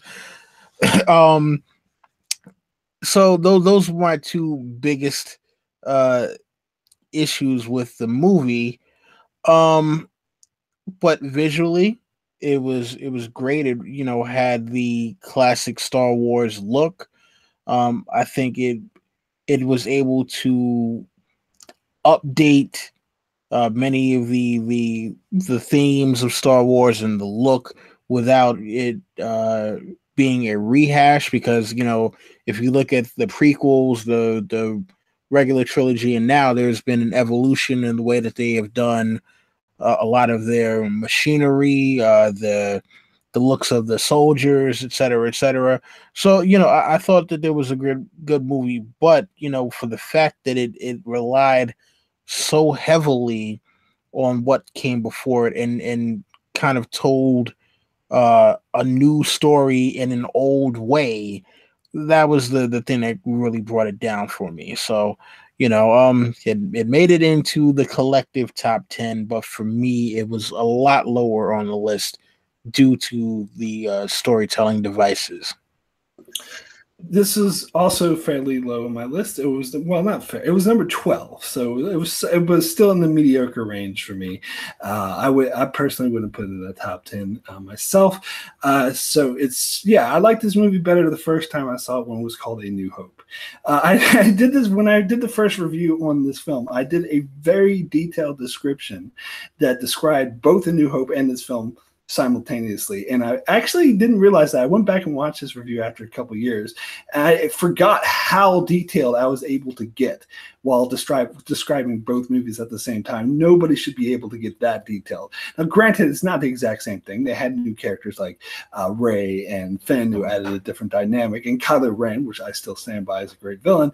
So it did have some elements of originality in it. So I'm not saying it's the exact same thing as New Hope, but it's too much like A New Hope for my liking. So, I mean, it ranks 12 because of the original elements I think really work, and I think it is a fun movie to watch. I did really enjoy it, but it was, come on, give some originality, would you? But yeah, I think I had something else to say, but I kind of forgot, so I might chime in later. Anyway, give you guys a chance to speak. I think this is basically where it belongs. I actually had it on my number two, but I am a Star Wars fanboy, which is why I hate The Last Jedi. But all I'll really say is there's absolutely nothing wrong with fan service, and there's nothing wrong with nostalgia. It's okay. They're not negatives. Was The Force Awakens rely a little too heavily on it? Absolutely. Personally, I'm an original trilogy guy. I'm fine with it. I'm totally okay. You can do damn near a shot-for-shot remake of A New Hope, and I'll like it. Yeah, this was pretty high on my list too. Mainly because for me, the Star Wars films are the quintessential sci-fi films. They've got everything: the space battles, the character interaction, the aliens. I mean, when we think of space movie, Star Wars usually is right up there. I had difficulty sort of ranking this in compared with Last Jedi, because while I liked a lot of the interesting choices and the different directions Last Jedi took, I think Force Awakens had a more consistent vision of what it wanted to be as a film from beginning to end. I think everything served and came together in the same point. So that, to me, that's why it ranks a little bit higher on my list than Last Jedi. I can see some of the detractors, some of the it's too similar to A New Hope and such, but I think it was treading a fine line between the expectations of the fans as well as trying to tell something new. So it had, I think, a lot of weight to carry with it. It could have been better. There could have been some adjustments and things made, but I think overall, I love the new characters. I love how they interacted, and I really actually thought that the old characters were the least exciting part. I was fine with Solo dying at the end of this. It was a great way to do it, but honestly, he didn't seem to want to be there. So to pass that along, I was good with that. But it does tell that kind of personal story. So, like I said, ranked a little bit higher on this, but now that we're kind of in the top 10ish, top 7, honestly, all of these movies we name, they could switch around. And I don't really have too much of a problem with that. They're all good to me. Josh, I would say, like you said, you'd like a shot-by-shot remake, but as long as Han shoots first, correct? Han is the only one who shoots. Yeah. The only one who shoots. The special editions don't count. Okay, cool. So, we've been going for over 2 hours. God, well, try to wrap this up. But we do want to give the final 6 movies that's due. Anyway, Josh, it's your turn to name our number 6.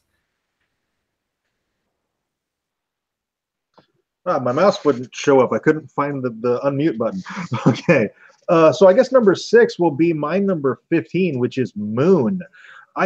For me, I thought Moon was a very average film just because of its predictability. I saw the story beats coming every single time. I wasn't surprised at all.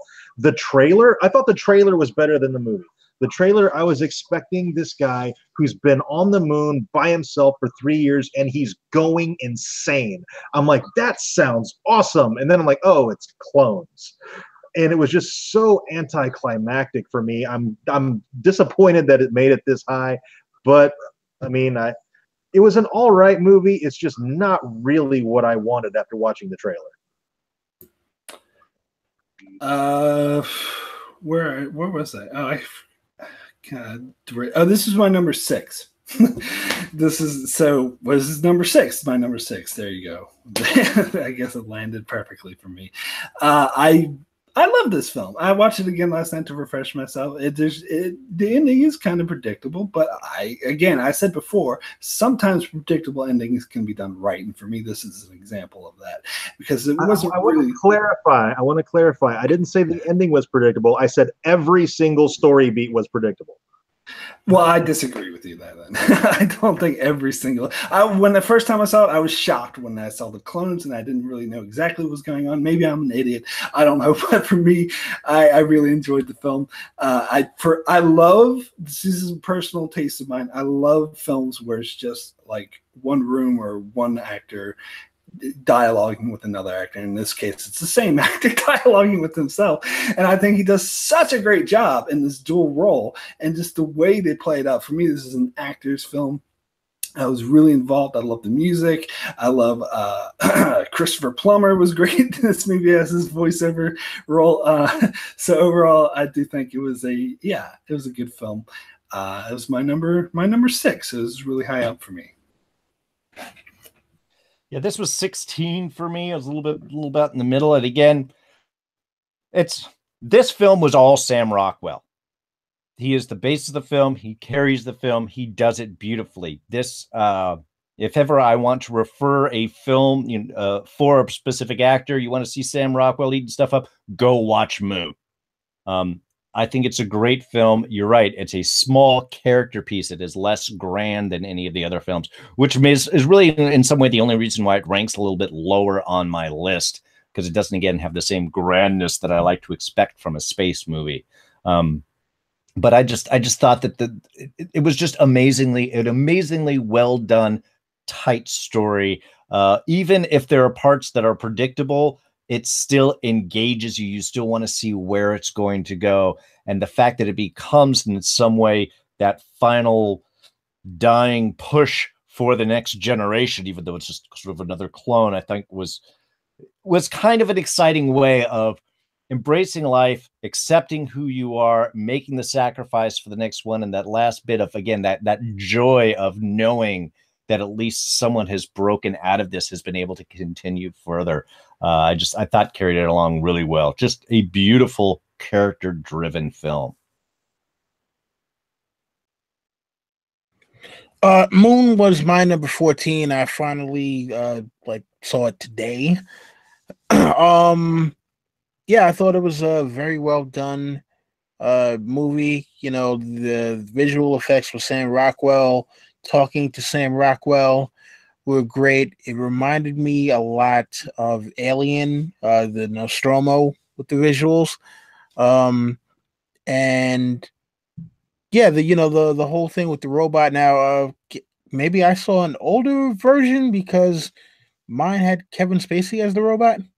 So that was pretty interesting, in the wake of the downfall of Kevin Spacey, to have him so prominently in the movie. Yeah. So, sorry, now I get that joke, Mark. That was funny. Sorry, I was confused too. The Christopher Plummer, yeah.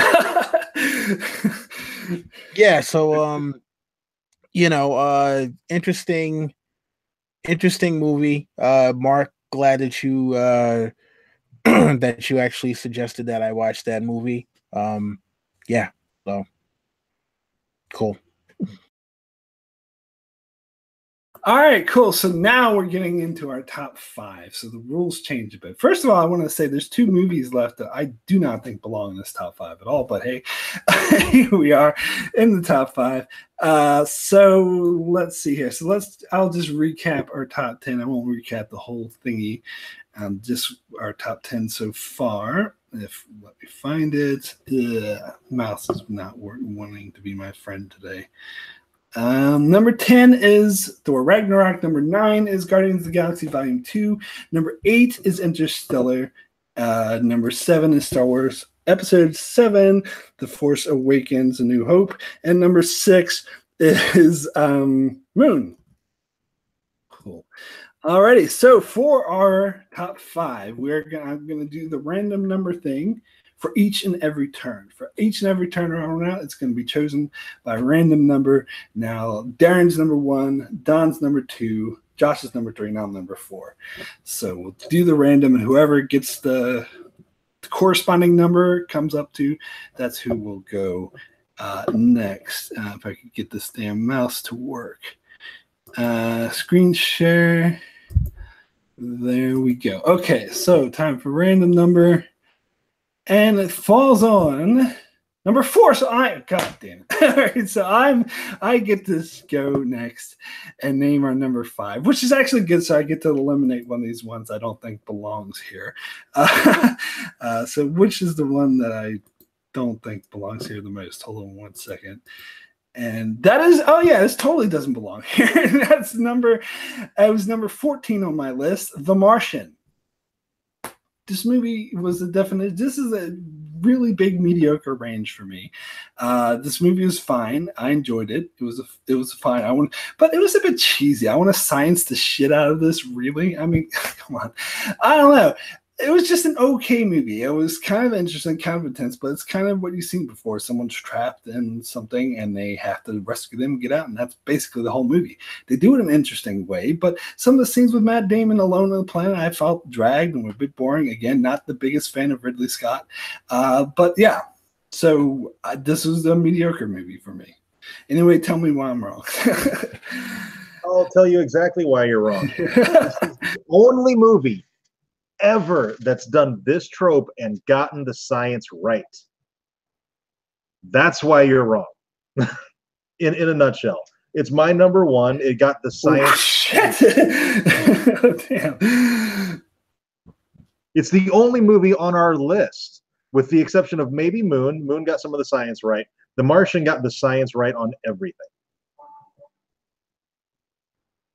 I got to agree with you, John. There's actually, was it CinemaSins? I think, always goes and pulls movies apart. Actually had to stop because maybe it wasn't, there was somebody else that was like trying to destroy. Oh, it was the science of movies was trying to go in and say, oh, this isn't right. And then they look at each one and they go, oh, well, yeah, actually this. Oh, well, potatoes are going to keep it. Oh, actually, potatoes are one of the most balanced film. I mean, they went through everything, and really outside of the windstorm, because that would have been like, there's no air on Mars. There's no giant windstorm. You don't have enough pressure in order for that to happen.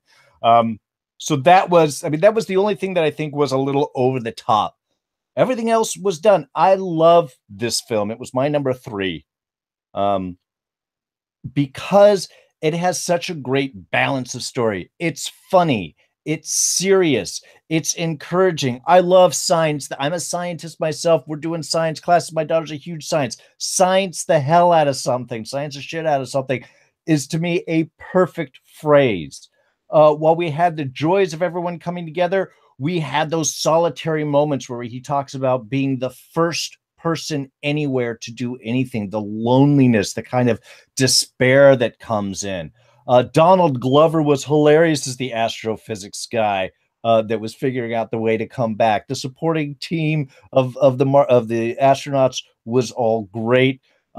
Him just being at the end, just this nasty, dirty, sore-ridden creature after all of it, I just thought was beautifully done. It has kind of everything in this film. And yeah, some people aren't huge Matt Damon fans. Maybe it doesn't have enough space for everyone. But for that complete story, that carrying all of those moments and doing it well, I thought Martian was amazing. Surprised the hell out of me. Well, I will say that this probably is a taste thing, because I personally don't really care if it does the science right. That's not really why I watch films. I watch it for a good story, which I thought the story was bland, but that's just me. Anyway, Don. I actually like The Martian. It was also number 3 on my list. Man, dude, wow.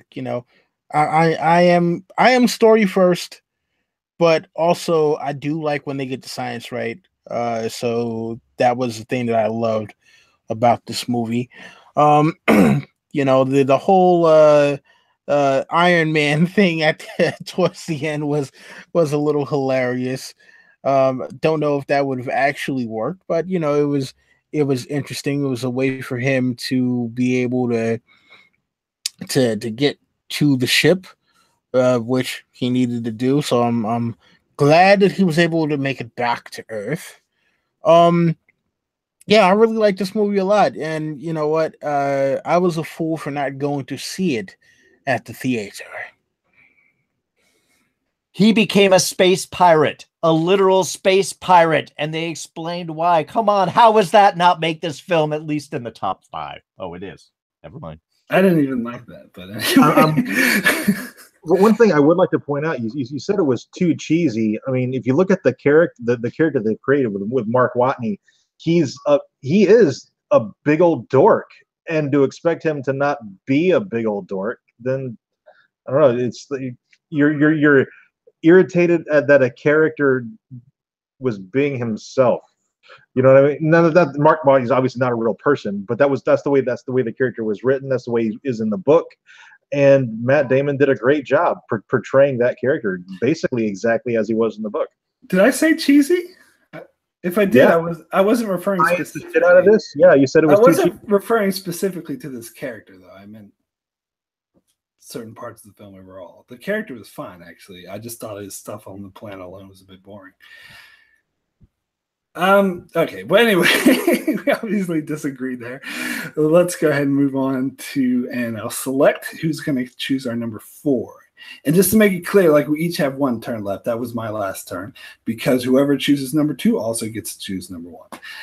So here we go. Number 4. Let me just do the screensaver again. Alrighty. So you guys know I'm not cheating. Okay. So Darren's number 1, Don's number 2, and Josh is number 3. Okay. So Don, you're number 2. So you get to go next. Name our number 4. Let me just stop presenting this. Cool. So number 4 on our collective list. Number 4, I'm surprised has even gotten here. I'll be honest with you. I actually like the movie a lot. But the fact that this movie made it to number 4 is totally astonishing to me. And that is WALL-E. Yeah. This movie was good. One of Pixar's best, probably. I like the whole thing with you have this robot. He's been on Earth for all this time doing these menial tasks by himself. And then in comes a sort of love interest for him. And then he goes on this nice little adventure. And we find out that humans left Earth and have become these fat, lazy creatures that are so lazy they don't even walk anymore. That was the crazy thing for me. Again, it is a lovable, little kids film because I'm pretty sure that's who it's made for. But I am just shocked that it made it this high on our collective list. Okay, so this was the highest movie on my list remaining because my top 4 had been eliminated. This was my number 5. So now my top 6 are eliminated. So top 7, number 7 through 11 is what I have left. Oh, God, you really did destroy my list. I loved WALL-E. I just watched it again last night. It reminded again. I actually think I put it higher after rewatching it. This is my favorite Pixar movie of all time.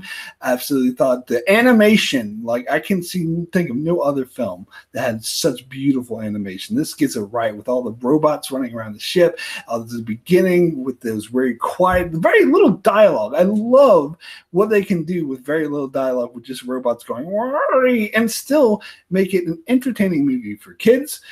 When I first saw this, I brought my nephews to the theater and they were laughing. They loved it, enjoyed it, but it's a great movie for adults as well. It makes some good social commentary in there, which I love. And just the whole way the story plays out, I was just a touching love story between 2 robots that just go around going, Eva. I mean, that is an amazing feat in my eyes. It's probably I might even say my favorite animated film of all time. Anyway. Yeah, I agree with everything you just said, Mark. Absolutely. I cannot disagree with a single thing. And I would really love to hear your WALL-E impression one more time. Eva.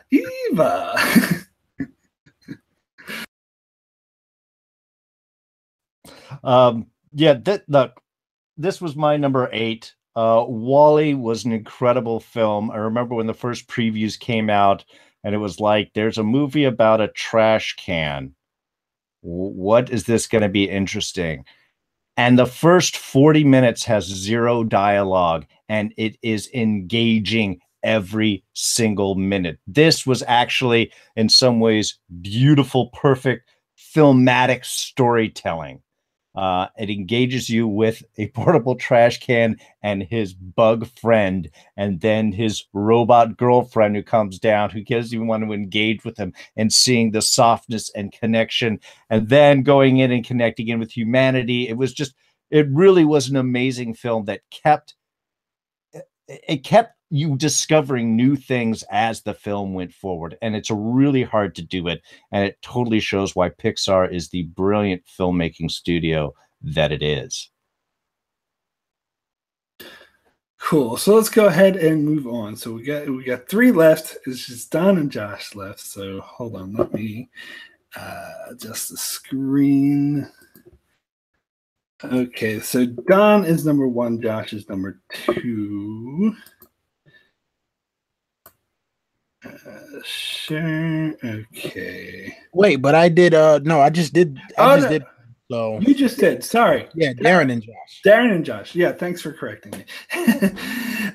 Darrin is number 1. Josh is number 2. So it's Darrin and Josh left. Okay. Josh, you get to name our number 3, and then Darrin can decide what's number 2 and 1. Okay, so our cumulative number 3 is going to be Guardians of the Galaxy, and I'm not surprised it made it this high at all. It was a 7 on my list, so it's a little higher than I had it. But I'm not shocked that it made it into the top 3 because it's just a fantastic movie all the way around. It's super fun visually. It looks really great. The ensemble cast, they had fantastic chemistry. The chemistry between Zoe Saldana and Christopher Pratt was great. But dude, Dave Bautista as Drax. I mean, the guy's a professional wrestler, so he does have some kind of background in acting, but just his performance as Drax was absolutely amazing to me. I thought, okay, well, he got the big muscle-bound guy to play Drax. The worst he could do is, just shit his pants. But he was awesome. Oh, my God. He was incredible. And then I was worried that I wasn't worried about Groot. I thought Groot would look fine. I was worried that Rocket was going to be ridiculous. And Rocket was great. So, just Guardians of the Galaxy is probably in my top 3 favorite Marvel films. I'm not surprised at all that it made it this high on our list. I gotta pretty much agree with you on most of those points. Guardians is one of the better Marvel films. They were able to pull off something nobody expected from them. James Gunn had a vision. Marvel let him do his vision, and he showed something amazing with us. I love the incorporation of the music in throughout the film. Yes, Rocket definitely is this character going to work, and animator-wise and voice acting-wise, but Bradley Cooper really just through the roof. Totally agree with you on Drax. Was not expecting him to be such a strong character. I think in the sequel, they may have pushed him a little too far in ridiculousness. I think this was a lot more grounded, a lot more naturally funny and engaging. So, really, I love the film. The only disagreement that I have with you ranking it here is because that's going to put another film I don't think deserves to be as high, even higher than that. But it will make number 1 the proper number 1. Okay, so Guardians of the Galaxy was my number 9, and I mentioned earlier that for me, my top 8 was the movies I thought was great. So I didn't think this movie was great, but it was the closest one. It was the highest of the not great films. So it was a very good movie. I enjoyed it. I just don't think maybe it was like a masterpiece, as a lot of other people seem to think. I watched this again this morning, another film I just watched too, and it was a really fun, enjoyable film. It was I think it was one of the better Marvel films in my opinion. It was a lot of fun. The characters gel well. The scene I remember the most is when they're talking about how they're going to break out of prison, and one of the last steps is to get the thing from the tower, and you see Groot in the background is reaching up and getting the thing while they're talking. I love that scene. For me, that put the movie up even higher. But the rest of the plot doesn't really gel as well as I think. And again, I'm not that interested in the Ravengers, and the villain, Ronan, is a really throwaway Marvel villain. Just couldn't get behind him. So that's why I didn't think it was great, but still very good, very entertaining, very fun Marvel movie. I loved this movie. I thought it was great in terms of the use of music. I love the opening. The opening reminded me a lot of, Raiders of the Lost Ark. The fact that you had this origin story of the team, and even though the main star of the team is Star-Lord, everyone got their chance to shine. And unlike other team movies, they found a way to bring the team together and not have it feel as though it's all right, we're I'm trying to think what's the best way to put it. it wasn't a thing where you needed setup for everyone else in order for the team dynamic to work. You had no idea about anybody's backstory coming into this, but yet they gave you enough about everyone's backstory going through the movie so that at the end, when they've seemingly come together and bonded, it felt natural. So, I really like the movie for that.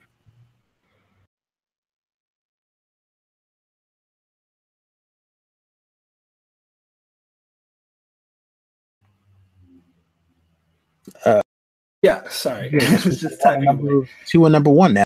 Yep. Okay. So one thing I want to make clear is that we'll get to number 2. We'll talk about number 2. Pretend number 1 doesn't exist because we want to give number 2 its due. So cover number 2, even though. And Darrin, I also think there's a movie in these 2 that totally does not belong here. It wasn't in my top 10. I hope we are in agreement of what movie that is. But anyway, Darrin, what is our number 2? Yeah, we should be in agreement because we both talk to each other, and therefore we can't be too far off on this one. At the very least, I think we can both agree what number 1 is. Or I guess we'll never talk again. But yes, yeah, so number 2 is going to be Rogue One, a Star Wars story. And look, I liked Rogue One. There was a grittiness level to it. I remember seeing it in theaters, and when they're going through the kind of desert mountain town there, and you're seeing the dirtiness and grittiness, everything feels real. These are robots. These are androids that are living in humans in this squalor, in this slum. I mean, everything felt very right in much parts of this film. I'm not saying that I disagree that this is a good film in any way, shape, or form. I don't think it's even as good as the most other 2 recent Star Wars films, personally. It's kind of a downer in the sense because everybody dies at the end. I felt they tried to shoehorn a little too much into the beginning of A New Hope. I don't think you needed that exact space sequence escape. Seeing Leia was not necessarily the best thing there. I did love the Vader fight going after the ship there at the very end. That was cool, but it also felt tacked on, and that's where a lot of this film kind of shifted from the previews to what we saw at the end. There seemed to be so much adjustments. The cool shots of the stormtroopers moving through the water we never saw in the film. That was one of those things were tossed out, so there was a certain edited feel to it. Again, it's like they wanted to tell this story, but they didn't necessarily have a great story to tell. They got some great characters. They got some great bits. Alan Tudyk in this as our assassin droid was brilliant. But that commitment to have to thus kill all of these characters and change things, Again, it was a good story. It was fun. I had a blast, watching it. It was intriguing. It doesn't sit as well, and I think there was too much of a manufactured feel to try and get all of these elements into this story. And I know for a lot of people, Tarkin really was off-putting. And again, I think it's some of those choices where, yeah, it's good you can sort of integrate some of these ideas, but do that in the best way. And I don't think Rogue One really satisfied that requirements. On the other hand, there were some great action sequences. There was some great character in it. It's not a bad film at all. I just don't necessarily feel like it should be number 2 on this list. That's all.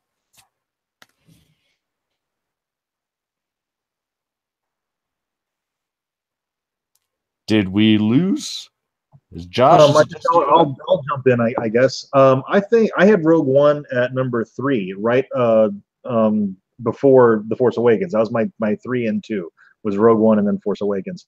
I think this is not exact. I don't think it's as good as The Force Awakens. I don't think it belongs at 2 on the list, but I think it's a fantastic film. The only complaint I have about it is the 2 guys from the Mos Eisley Cantina showing up on Jeddah. I'm like, were they just leaving right before the Empire blew that place up? That's the only knock I have on the whole movie. Otherwise, I absolutely love it. Yeah, well, I mean, again, I think to me that's one of those things that does kind of throw off. Is, in some ways I liked it. I have to say that seeing the fighter pilots, Porks and Biggs and some of those other pilots we saw from A New Hope reintegrated into this sequence, I kind of liked that. I was they should be there. That's kind of cool. You can have some of these characters in sequences and stuff. That stuff I didn't mind. But yeah, the same thing like the two guys from the cantina there. What would they be doing over there now? And because they look so different, but you don't have a net technical time difference. Mm-hmm. To me, that's a little disconcerting. They should look exactly the way that they do. It was, some of those were unnecessary moves. And that's the part of it that just made me think that it felt a little manufactured. But don't get me wrong. I love this film. I've watched it a couple of times and it's up there on my list. There's just a couple of them, again, Force Awakens specifically on the Star Wars, that I thought were executed a little bit better. Mm-hmm. And I did like that it was darker than your ordinary Star Wars film. You're going into it knowing pretty much these people are all going to die. So it's like watching the Titanic, and you just it's you know what's going to happen, but you're there for the ride. And I thought it was a great ride. Like you said, Alan Tudyk was fantastic. Felicity Jones, I didn't expect the performance that she gave. I thought she was fantastic. Yeah, I mean, and again, it's we've talked a few times about ensemble casts. I think the chemistry among the actors was actually really, really good. Well, yeah, and Felicity Jones, I mean, yes, she was amazing, but some of her more iconic lines even that we saw in the previews went there. The whole rebellion. That's what That's what I rebels do. We rebel. That's what I do. Those types of lines. It's one of those where it was just, there was an expectation going into the theater. And since some of those were dropped, it was just, I just remember there were parts in the story where I was expecting to see certain things or stuff presented where I should be engaged with the film. And yet I was like, wait a minute, isn't there supposed to be, did I misforget something? It would send me into little moments of confusion. And that's maybe a marketing and distribution problem. I mean, that's not necessarily, certainly not the actor's fault or carrying things in. It was just, but those moments that they threw me out of it on occasion. Well, I'm really bummed they dropped it. I mean, look, I loved Rogue One. Personally, out of the Disney Star Wars franchise, this is my favorite movie. Was it executed like the greatest, thing ever? No. I mean, look, a little bit of fan service here and there, but I mean, I love the fact that they were able to take what was essentially 2 sentences out of the Call of A New Hope and turn that into a fully fleshed out movie. I mean, and if you look at not Rogue One, but if you look at not the Clone Wars, what is the show that they got going on right now? Rebels. It has some tie-ins to that. Definitely the scene with Darth Vader was amazing. I wish we could have gotten more with him. Orson Krennic. Krennic to me was a great villain, and the back and forth between him and Tarkin, I thought was great because you see how cutthroat the Imperial officers were. Now, yeah, obviously, issue with CGI Tarkin. It probably would have been better if they would have done like facial prosthetics or give the guy a rubber mask. I think that would have worked out better because it was just a little too jarring. There's something in the uncanny valley that still has yet to be surpassed in terms of making a CGI human look real enough. And I don't know that we'll ever get that. But yeah, overall, I loved Rogue One, A Star Wars Story. I know you guys are heated that it's so high up on the list, but personally, I love that it's where it is on the list right now. All right, cool. Just want to say thank God I made it back. My computer completely froze, so I had to reboot it. I know if I'm gone for a certain amount of time since I'm hosting, the stream will end. So luckily I got back before that happened, managed to catch this. I missed most of what you guys said about it already. But I will say, like, I want to clarify because I do think this is too high for it, but I did have this at my number 11. So it was right outside the top 10 for me. So I don't think this is a horrible movie by any means. But as I said, I thought the great movies for me don't start until 8. So I don't consider this a great movie. I think this is a pretty good, passable Star Wars film. I did like it better than The Force Awakens, but that's the only newer one I liked it better than. I'll just leave it at that. So I liked it better than The Force Awakens because I think this is doing nostalgia right. Like Josh, you said earlier, there's a good way to, you can do nostalgia and callbacks, and there's a good way to do it. For me, Force Awakens wasn't. This was because it had a lot of callbacks to A New Hope, but it was an original structured story. It was with the original characters. It had a totally different feel than any Star Wars film ever did. It was more war-based. I loved, Alan Tudyk as the android was absolutely amazing. One of the best characters in Star Wars. I wish he could have been a continuing character in the main trilogy. But other than him, I didn't really latch on to the characters. They didn't do as good of a job with the main character as I was hoping that they would do. So she wasn't as interesting to me, and all the other characters kind of felt like throwaway guys that are going to die. But that being said, the story really did work for me. So I think it was a good movie, but I don't think it's top 10 material, but that's just me. Anyway, you finished talking about Rogue One? Yeah, I'm good. I think we covered it all. All right. Cool. All right. So, Darrin, please reveal our number 1. All right. So, and this, honestly, this was at my number 1 for a while. It bounced around the list. That it ends up here, I am perfectly fine with. Because let's be honest, it is the oldest film on this list, but that's why it's still number 1. The best space sci-fi film that we're talking about today is Galaxy Quest, the most perfect parody of a sci-fi genre while still being its own movie. Galaxy Quest is again, you don't have to know about Star Trek to enjoy this film. If you do know anything about Star Trek, this film has layers after layers. Again, Sam Rockwell. I cannot tell you how many times I cry out, have you even seen the show? That is applicable to so many things. Air. You don't know if there's air out there. I mean, there's so many bits in this. The character bits, having Tim Allen as the cocky, lead who is so obsessed with his own show. That's what he got. The actors that don't want to be with it and yet still have to be with Alan Rickman. We've got Sigourney Weaver playing the classic female character whose only job is to repeat what the computer says. It's so timely if you've ever seen any old sci-fi. And she's completely committed to being that character because that's her job, and damn it, she's going to do it.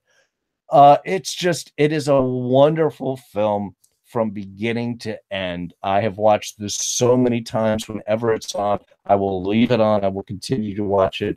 Again, it's a great story of redemption and overcoming legend and embracing new things on its own.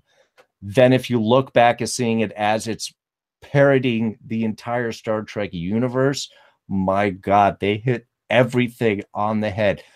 Having fun with the show, but not poking fun at it, which I think is the great thing. It's not pulling down Star Trek in any way. It is allowing you to laugh with its own campiness, and yet still maintain the heart and optimism that world creates, and thus we all live in. So I hope you can all agree that this is number 1. Well, I have no issues with it being at number 1. My personal list was ranked at number 7, but still, as I said, top 8 was great for me. So this is great movie. So I'm glad this came at number 1 rather than one of the ones that wasn't in my top 8. So I'm happy with that. for me, I recently did a review for this movie, which you can check on my channel just a couple weeks ago because Allison Fordyce, who's in the chat, requested that. So I did a review for it. And I love it. I agree with everything you said. There's a lot of comparisons to Star Trek, but it's not. Some people say it's a Star Trek film, but it isn't. It's its own thing. And you can actually compare it to a lot of other science fiction, not just Star Trek. And and I think you don't need to watch Star Trek to enjoy this film. The film on it stands on its own as an amazing comedy that works really well. The only thing that holds it back for me a little bit, so I gave this a 9 out of 10, and it's not quite a 10 for me, is because of the main plot with the main villain. Like the main villain, the Saurus guy, he was kind of throwaway, cliche, two-dimensional, and the main plot with him was kind of throwaway, two-dimensional. And there's this one scene at the end where they turn back time, which I think that scene could have been cut from the whole movie and they not miss anything. So that's just a slight thing holding it back. But other than that, the film was amazing. The comedy worked very well. It had this sort of cheesy family 90s feel to it, like the music dun dun dun dun. It felt like that, but it did it in the best way imaginable. It is by far the best type of movie of its kind. And also have to mention, thing I really love is the aliens, the other aliens that bring the crew on board, how they don't hold back. They just do them as cheesy as possible. And the way they go, "We need your help," and they just go like, "Ay, ay, ay, ay," and just act all weird. That added to the film so much. It made it hilarious. I'm glad that they just embraced that cheese factor and made the comedy work so much better. I agree with everything both of you guys said. I'm happy with this at number 1. I had it at number 5. The only thing that I'll add, because you guys have covered almost everything, is for a parody. Most parody films, they're kind of mean-spirited. Galaxy Quest is a parody film, but it's not mean-spirited in the slightest. There's yet do they poke fun at Star Trek fans? Absolutely, but they're not mean about it. Do they poke fun at the show? For sure, but they're not mean about it. And that's one of the things that I really appreciate about Galaxy Quest is, as a Star Trek fan, I can watch that and not feel like I'm being made fun of. I think that's pretty great. Yeah, this was actually number 4 on my list. So I had it pretty high up there. I liked it a lot. I thought that they did great with it, not only being a parody, but it not that it was self-aware that it was a parody, but you got to think you have, actors who have forever been linked to the Galaxy Quest franchise, much as the actors in the original Star Trek are forever linked with the original Star Trek. And the fact that it's like they're having to navigate the actual situations that for them, they were acting at their job. And the fact that they had to break it to these people, like, look, this wasn't a real thing. We weren't actual, space warriors or, any peacekeeping mission was, it was amazing the fact that they were like, look, we're here and we're going to step up and actually try to do things right because we don't want to see these people taken advantage of. So that was, I liked it a lot. I actually liked it a lot, and I am not upset that it was number 1 at all. I'm actually glad it made it to number 1.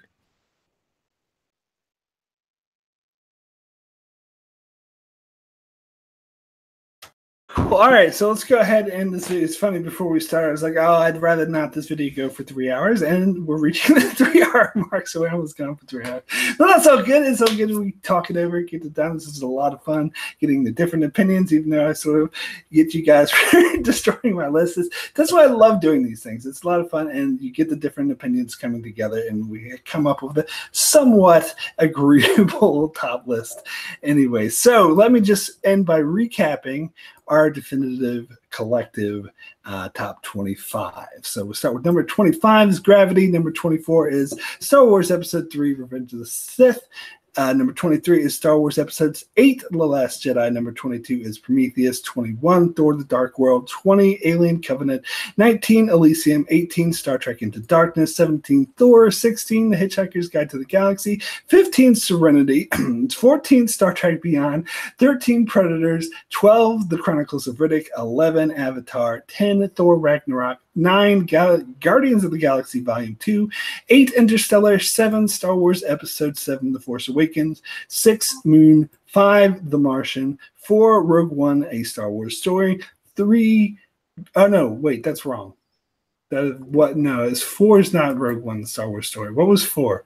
WALL-E, sorry. I had my notes wrong. 4 is WALL-E. 3 is Guardians of the Galaxy. 2 is Rogue One, A Star Wars Story. And 1 is Galaxy Quest. So that's it. That's our 25. Thank you guys so much for watching, sticking with us this long in the chat or watching the archive. And thank you guys so much who joined this conversation. It was a lot of fun. Had a blast. Hope we can do it again someday. So anyway, if you want to just end up, let people know where they can find you and what you're up to. Josh, if you want to start. Hey, I'm Josh. The channel is Geeksiders. We're back from hiatus. Right now, we're doing a lot of unboxings. So if you're into that kind of thing, that's what we're doing right now. But coming up in April, we're reviewing Westworld and The Expanse. And yeah, just appreciate you guys inviting me here. We're busting each other's chops and having a good time. Everything that was said in jest. I hope everybody watching understands that.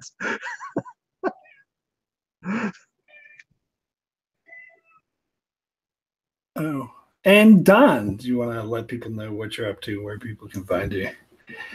Yeah, you can find me on my channel, Adon of Ice and Fire. And in fact, I will be doing another Ice and Fire opinions tomorrow on Sir Davos Seaworth. And you know what? I might finally get to my damn Black Panther review tomorrow too. It's been like 2 weeks. I probably should do that already. But Mark, thank you as always for having me. Darrin, Josh, great seeing you guys again. Sorry I screwed up your list, except for that one movie, but glad to be here. And Darrin. Yeah, Mark, as always, thanks so much for having me on. This was a blast. And yes, remember, watchers, everything is said in jest. We are having a blast. It's a nerd war where we just get to enjoy with our disagreements and yet still be waiting to do this all again. You can catch me over at my channel. I do D's Reviews. I have a Twitter account and Instagram. It's at Darrin Jakes, DARRIN JAQUES. I'm currently doing 8 reviews of Agents of S.H.I.E.L.D. and The Walking Dead. Then next month, Legion Season 2 coming up. Really looking forward to that. Also covering Westworld because it's an awesome show. And probably Fear the Walking Dead, though I'm a little on the ropes with that one. But yeah. Still fun stuff coming up. Keep a lookout. Great, awesome. And again, thank you guys so much for joining. Those watching, if you're finding me for the first time, my name's Mark. My channel's Enchantment of Eternity. At the moment, I'm not covering any show regularly per se, but I'm doing a lot of Star Trek reviews, a lot of reviews on The Expanse, getting pumped for Season 3 of The Expanse, which I can't wait to see. I'm going to cover the shit out of that when that comes out.